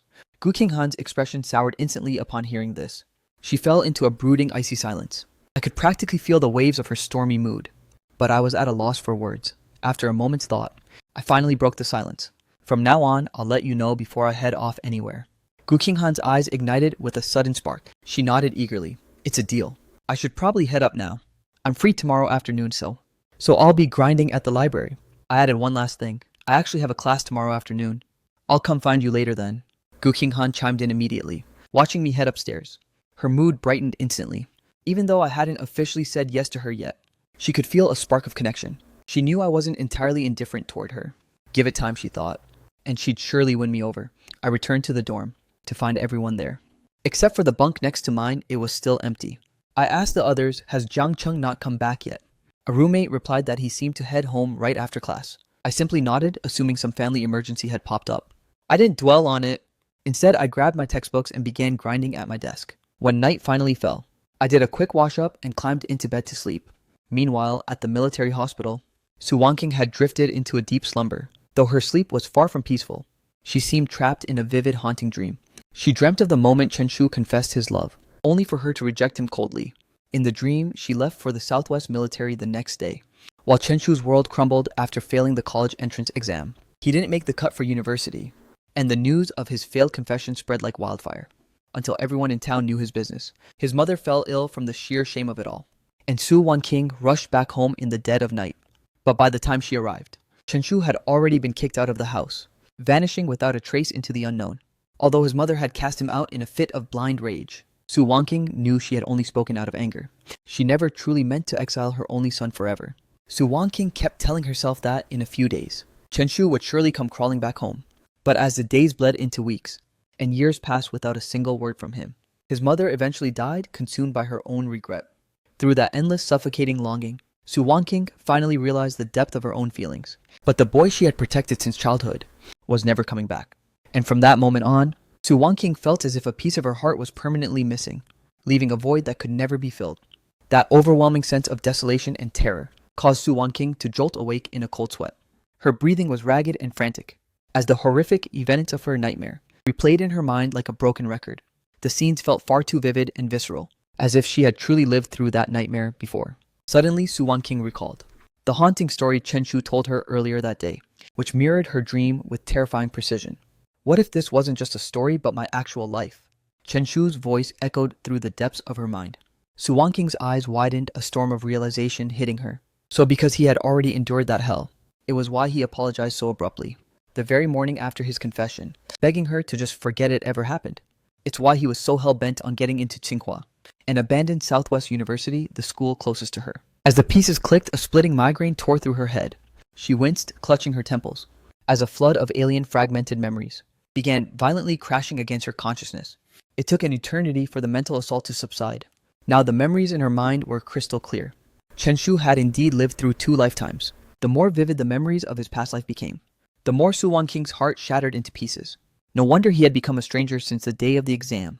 No wonder he remained stone-faced when she confessed her love, and why he had rejected her without a second thought. In that past life, Chen Shu died alone in a strange land, and ultimately it was all her fault. Even without him saying it, she now knew the ugly truth. She realized with agonizing clarity that they were beyond saving. As that realization set in, Su Wanqing felt as if a blade were twisting in her heart, staring out at the cold, indifferent moonlight. Sleep became an impossible luxury for her. Meanwhile, on the other side of campus, Chen Shu was completely oblivious to her turmoil, sleeping soundly and peacefully. The next morning, I headed to my lectures with my roommates. I kept scanning the crowd, but Jang Chong never showed. A flicker of genuine concern crossed my mind. Could something catastrophic have happened to him? Since the semester started, he hadn't missed a single class. Yet today, he was nowhere to be found. By noon, there was still no sign of Jang Chong. I even doubled back to the dorm, but he hadn't returned. Suddenly, an ominous premonition began to gnaw at my gut. I even tried to focus on my books in the library, but my mind was drifting elsewhere.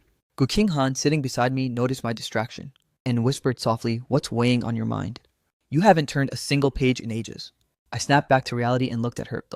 I haven't seen Jang Chong at all today, and he completely skipped all of his lectures. I'm starting to get a really bad feeling about this. "Don't stress over it," she replied. "He's a grown man, not some helpless child." I'm sure he's fine. Before she could finish her sentence, two girls nearby began whispering frantically. That poor guy just now. It was heartbreaking. He worked so hard to get into a top-tier school like this, and now his father is forcing him to drop out. I know, right? We're living in a modern era. Yet he's using that ancient family first and settle down early nonsense to brainwash him. I think that guy was from the Chinese department. Wasn't his name Jang Chong? I bolted upright the second I heard his name, sending the two girls jumping back in a fright. I demanded, "Where is the guy you're talking about right now?" He should be at the academic affairs office. I didn't wait another second. I just sprinted out the door. Gu Qinghan barely had time to grab my scattered books before she scooped them up and chased after me. The walk from the library to the office was significant, passing right by the main campus gates. Just as I was about to burst through the exit, Gu Qinghan grabbed my arm, pulling me to a halt. There, over there. I froze and whipped my head around to look. I saw Jang Chong being physically hauled by a towering, imposing man toward a black car idling at the curb. I lunged forward, screaming his name, Jang Chong, but I was too late to reach him. By the time I reached the school gates, the car was gone, leaving nothing but a cloud of exhaust. I came to a dead stop, my heart sinking, crashing into a bottomless pit of dread. I turned to Gu Qinghan with a hollow voice. Will I ever get to see him again? Gu Qinghan remained silent, eyes downcast. She didn't have the answer. I stood there paralyzed in place for only a fleeting second, before pivoting and sprinting toward the faculty building. Where the hell are you going? I'm tracking down our advisor. He must have Jang Chung's home address on file. I barely took a single step before Gu Qinghan blocked my path. You're going to his house. She started to protest, but seeing the iron resolve in my eyes, the words died in her throat. Fine, forget it. I'm coming with you. A faint, appreciative smile tugged at my lips. Thanks. The moment we secured the address from the teacher, we bolted straight for Jang Chung's family estate. As we stepped out of the taxi, I stared at the traditional courtyard house before me, taking a deep, stabilizing breath. I stepped forward and hammered on the door. After an eternity, someone finally answered. The heavy gate creaked open, and standing there was a middle-aged woman who shared Jang Chung's features. I composed myself. Hello, ma'am. My name is Chen Shu. I'm a classmate of Jang Chung's. You must be his mother, right? The woman gave a stiff nod, her eyes narrowing with intense suspicion and caution. I forced a warm, non-threatening smile. Auntie? I heard that, but I was cut off by Jang Chung's defiant roar echoing from inside. Go ahead, kill me if you have the guts, because otherwise, I'm going back to that school, and I'm leaving this suffocating prison forever.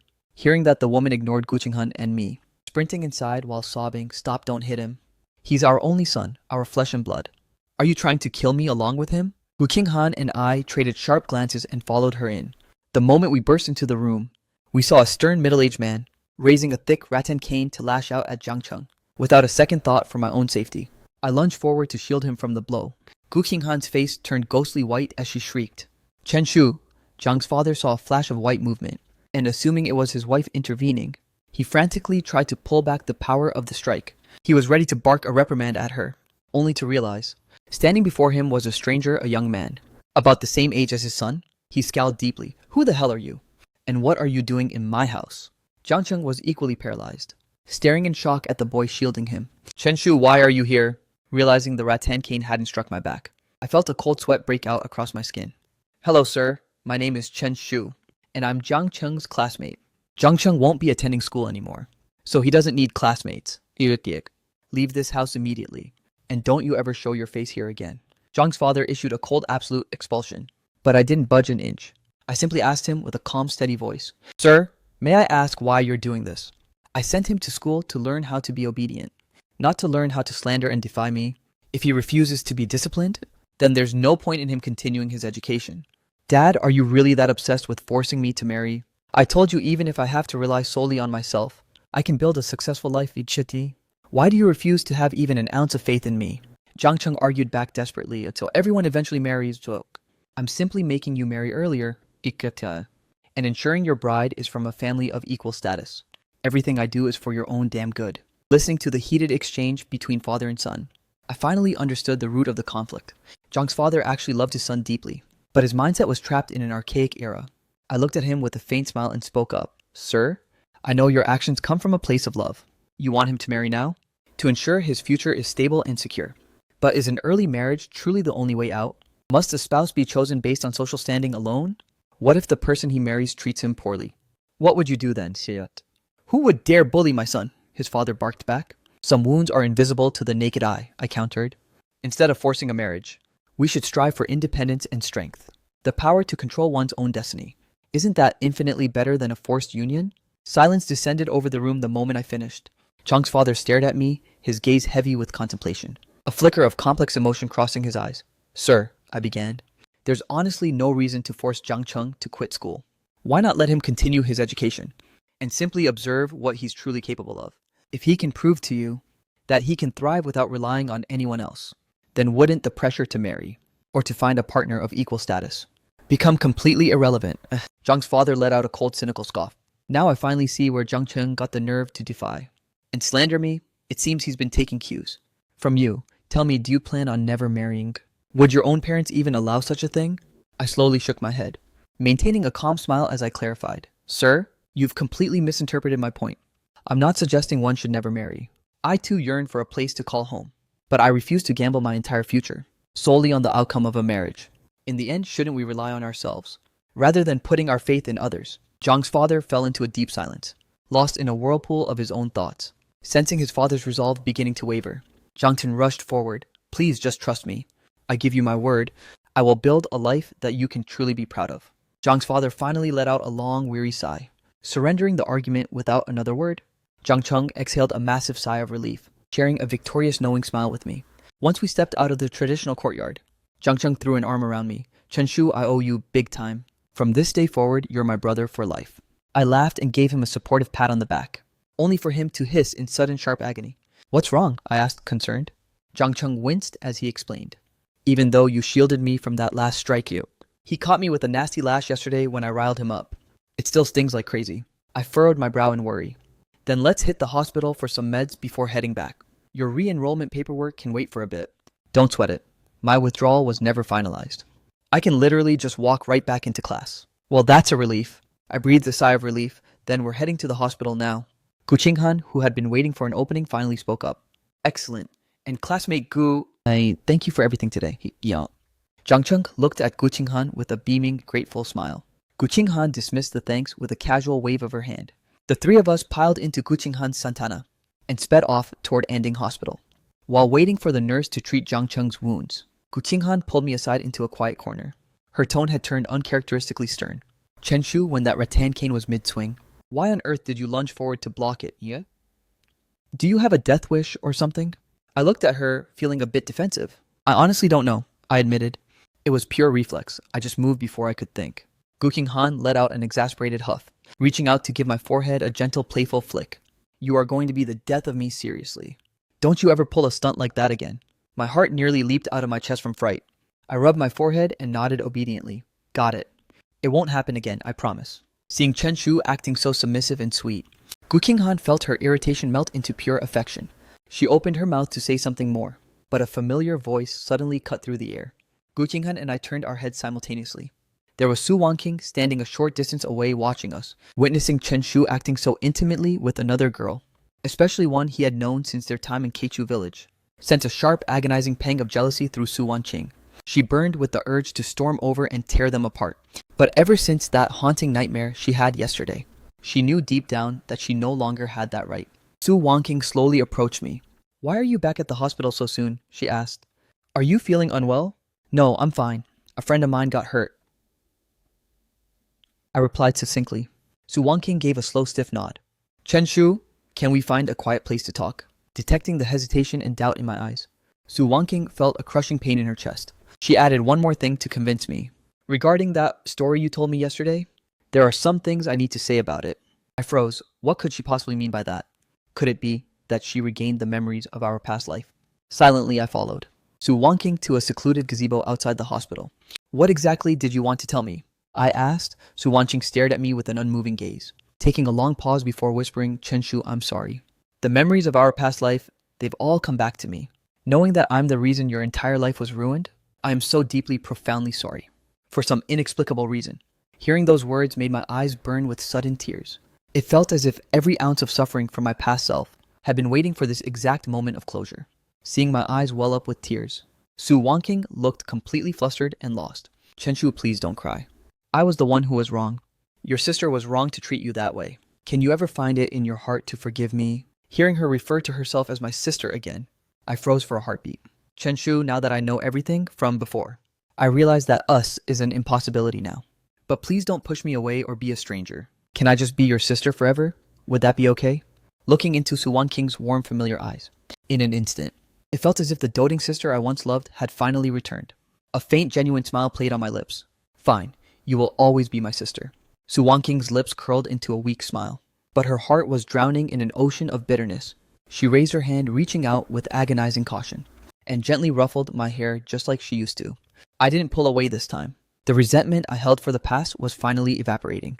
What's gone is gone, and the future finally looks bright.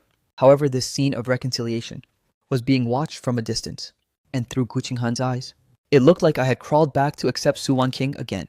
Witnessing the smiles shared between us, she felt a wave of crushing disappointment, mixed with a spark of hot rising anger. She was furious that I seemed so unrepentant, scared that I was diving headfirst back into a swamp of rumors, as she watched us walk back toward her side by side. Gu Qinghan couldn't restrain herself any longer. She stepped forward, glaring intensely. I need a word with you. I was caught completely off guard. I could sense the underlying hostility in her voice. Glancing sideways at Su Wanqing, I said, I'm heading out now. Go ahead. Su Wanqing whispered, nodding slowly, a flash of profound agony crossing her eyes. But from Gu Qinghan's perspective, it looked like I was dutifully reporting my every move to her. Her fury reached a boiling point. Su Wanqing watched the two of us walk away one after the other, her heart feeling utterly desolate and hollow. She stood frozen for an eternity before finally returning to the military zone. Meanwhile, on the other side, I followed closely behind Gu Qinghan until we reached a secluded corner at the end of the corridor. Looking at her dark, brooding expression, I asked with genuine confusion, "What's wrong? Why are you so incredibly angry?" Gu Qinghan turned to me, her face a mask of cold steel. "Are you seriously getting entangled with that sister of yours again?" I froze instantly, realizing the source of her frustration. Suddenly, a wall I had built around my heart began to crumble and give way. I arched an eyebrow slightly. "Is this really what has you so worked up?" "What do you think?" she snapped. "Have you already forgotten the drama at the school gates?" Gu Qinghan was absolutely fuming, her patience wearing thin. Her eyes burned with a restless, frantic energy as she stared me down with an intense heat, her voice dripping with an overwhelming sense of defeat. "Can't you just look at me for once? Why must you keep making the same mistake by choosing her?" Seeing the raw, visceral sorrow etched onto her face, I couldn't bring myself to tease her any longer. "You've got it all wrong. I didn't choose her." Gu Qinghan was still drowning in her own misery, contemplating whether to let me go for my own happiness, or to follow her heart and snatch me back by force. Suddenly, my soft, gentle voice resonated in her ears, causing Gu Qinghan to stiffen in shock. Immediately, a surge of boundless joy erupted in her eyes. "What did you just say? You didn't say yes to her. Then just now you two, we just cleared the air. Regardless of what happens, she will only ever be my sister." Gu Qinghan felt as though she had been brought back to life. She let out a massive sigh of relief. In this moment, it became crystal clear to her that she simply couldn't endure a life without Chen Shu. Taking a bold step forward until she was inches away, her gaze burned with an intense fire. "Chen Shu, I'm truly deeply in love with you. Will you give me a chance? Will you be mine?" I looked at the girl standing before me, as every precious moment we shared flashed through my mind, melting the frozen fortress around my heart. I realized then that I wasn't indifferent to Gu Qinghan. It was just that after pouring my soul into Su Wanqing, only to be met with coldness and rejection, I had become terrified of getting hurt again. But now that I finally let go of the past, looking at this person who has always been my rock, I knew I had to seize this destiny before it slipped away. Slowly, I gave her a definitive nod. Gu Qinghan's eyes ignited with pure radiance, her voice trembling with ecstatic disbelief. "Chen Shu, you're actually saying yes, aren't you?" I met her shimmering gaze with newfound courage, and gave a firm, heavy nod. "Yes, I'm yours." Gu Qinghan's expression was one of raw euphoria, yet her movements remained hesitant and cautious, as she reached out to take my hands hanging at my sides. The moment she enveloped my hands within her own palms, a surge of absolute fulfillment swept over her. "Chen Shu, I promise I will cherish you for the rest of my life." As we stood there, basking in each other's presence, we shared a few intimate, hushed words, before I gently withdrew my hands and said, "Let's head back. Jang Chong should be finished with his treatment by now." Gu Qinghan nodded eagerly, a radiant, permanent grin fixed upon her face. Just as we reached the clinic door, we spotted Jang Chong limping out of the room. I stepped forward to support his arm. "How is it?" "Nothing too serious, I hope." Jang Chong shook his head. "Just a scratch. No big deal." The three of us made our way out of the hospital. As we reached the car, Jang Chong climbed into the back and naturally made room for me next to him as usual. But Gu Qinghan beat me to it, swinging open the passenger door. Jang Chong froze in total confusion, his eyes darting back and forth between the two of us. "Wait, you two? Did something major happen while I was getting patched up? Yeah. A wave of shyness washed over me, and I quickly ducked into the back seat next to him. I'll just sit back here with Jang Chong. Gu Qinghan arched an eyebrow, but she didn't push it. She slammed the door shut and slid into the driver's seat. As the car pulled away from the hospital, Jang Chong refused to let me off the hook. He leaned into my ear and whispered, "Spill it. What's the deal with you two?" "What do you mean, what's the deal?" "There's nothing going on." I played dumb despite knowing exactly what he meant. Wearing a mask of pure innocence. Stop faking it. "You finally accepted her confession, didn't you?" Jang Chong called my bluff instantly. Truthfully, I wasn't trying to hide it forever. I was just feeling a bit shy about the whole thing. Since Jang Chong had already caught on, I stopped playing coy and gave a slow nod of admission. "Nice finally." Her persistence actually paid off. She finally won you over. Jang Chong laughed, then a thought suddenly struck him. He called out to Gu Qinghan in the driver's seat, "Hey Gu, now that your longtime wish has finally come true, don't you think you owe us a celebratory feast?" Gu Qinghan nodded immediately. "Consider it done. You name the place, and we'll head there right now." Jang Chong shook his head. "Just me isn't enough. You've got to treat my entire dorm room." Without a second of hesitation, Gu Qinghan replied, "Deal. Then let's call my roommates too. We'll all go out and have a proper banquet." "Classmate Gu, you really are a legend." Gu Qinghan glanced through the rearview mirror, catching my eyes as I looked her way. We shared a secret tender smile. We decided on a spot near Tsinghua, the elegant Boyin restaurant. Jang Chong took charge of rallying the rest of the crew. Within half an hour, everyone had filtered in and the table was full. The moment Gu Qinghan's roommates sat down, they started grilling her. "Sis, what's the occasion? Why the sudden urge to treat us to a massive dinner? And why the extra fancy atmosphere?" "Because obviously, our girl Gu has a major announcement to make." Jang Chong chimed in with a mischievous grin. "What major announcement?" "Come on, spill the tea." One of the girls leaned in, her face glowing with curiosity. "You'll have to ask these two lovebirds." Jang Chong pointed directly at Gu Qinghan and me sitting side by side. Dozens of eyes locked onto me simultaneously, making me feel incredibly exposed and self-conscious. My ears began to burn with a visible crimson flush. Gu Qinghan's face was also dusted with a rosy hue, yet she stealthily reached her hand under the table, interlocking her fingers with mine and giving a reassuring squeeze. "All right, listen up, everyone. This banquet is to officially announce something major. Chenshu and I are finally an official couple." "Hell yeah, sis, you finally managed to lock him down." "Huge congrats, Chenshu, you guys are a total power couple. Seriously, a match made in heaven. When you guys tie the knot, don't you dare forget our wedding invite." So, as a wave of heartfelt blessings washed over us, a genuine radiant smile finally broke across my face. I gave them all a firm appreciative nod. Beneath the table out of sight, I tightened my grip, firmly clasping Gu Qinghan's hand back. From that day on, outside of our mandatory lectures, Gu Qinghan and I became practically inseparable. Our chemistry was so sweet it made Jang Chong cringe from the sugar overload. Initially, I was still a bit shy about the PDA, suggesting to Gu Qinghan that we should maintain a bit of professional distance. But she wasn't having any of it in her eyes. She had fought way too hard to finally win me over, and she intended to spend every waking second by my side. Influenced by Gu Qinghan's unapologetically bold personality, I slowly began to lower my guard and embrace the attention. During this honeymoon phase, Su Wanqing would occasionally drop by Tsinghua to find me. Sometimes she brought small gifts or necessities. Other times, she'd invite me out for a quick bite. I accepted her invitations without hesitation. But throughout it all, I strictly treated her as my elder sister. The romantic spark I once had for her was completely extinguished. Su Wanqing saw the shift clearly, and while her heart bled in silence, she knew there was absolutely no room left for her to return.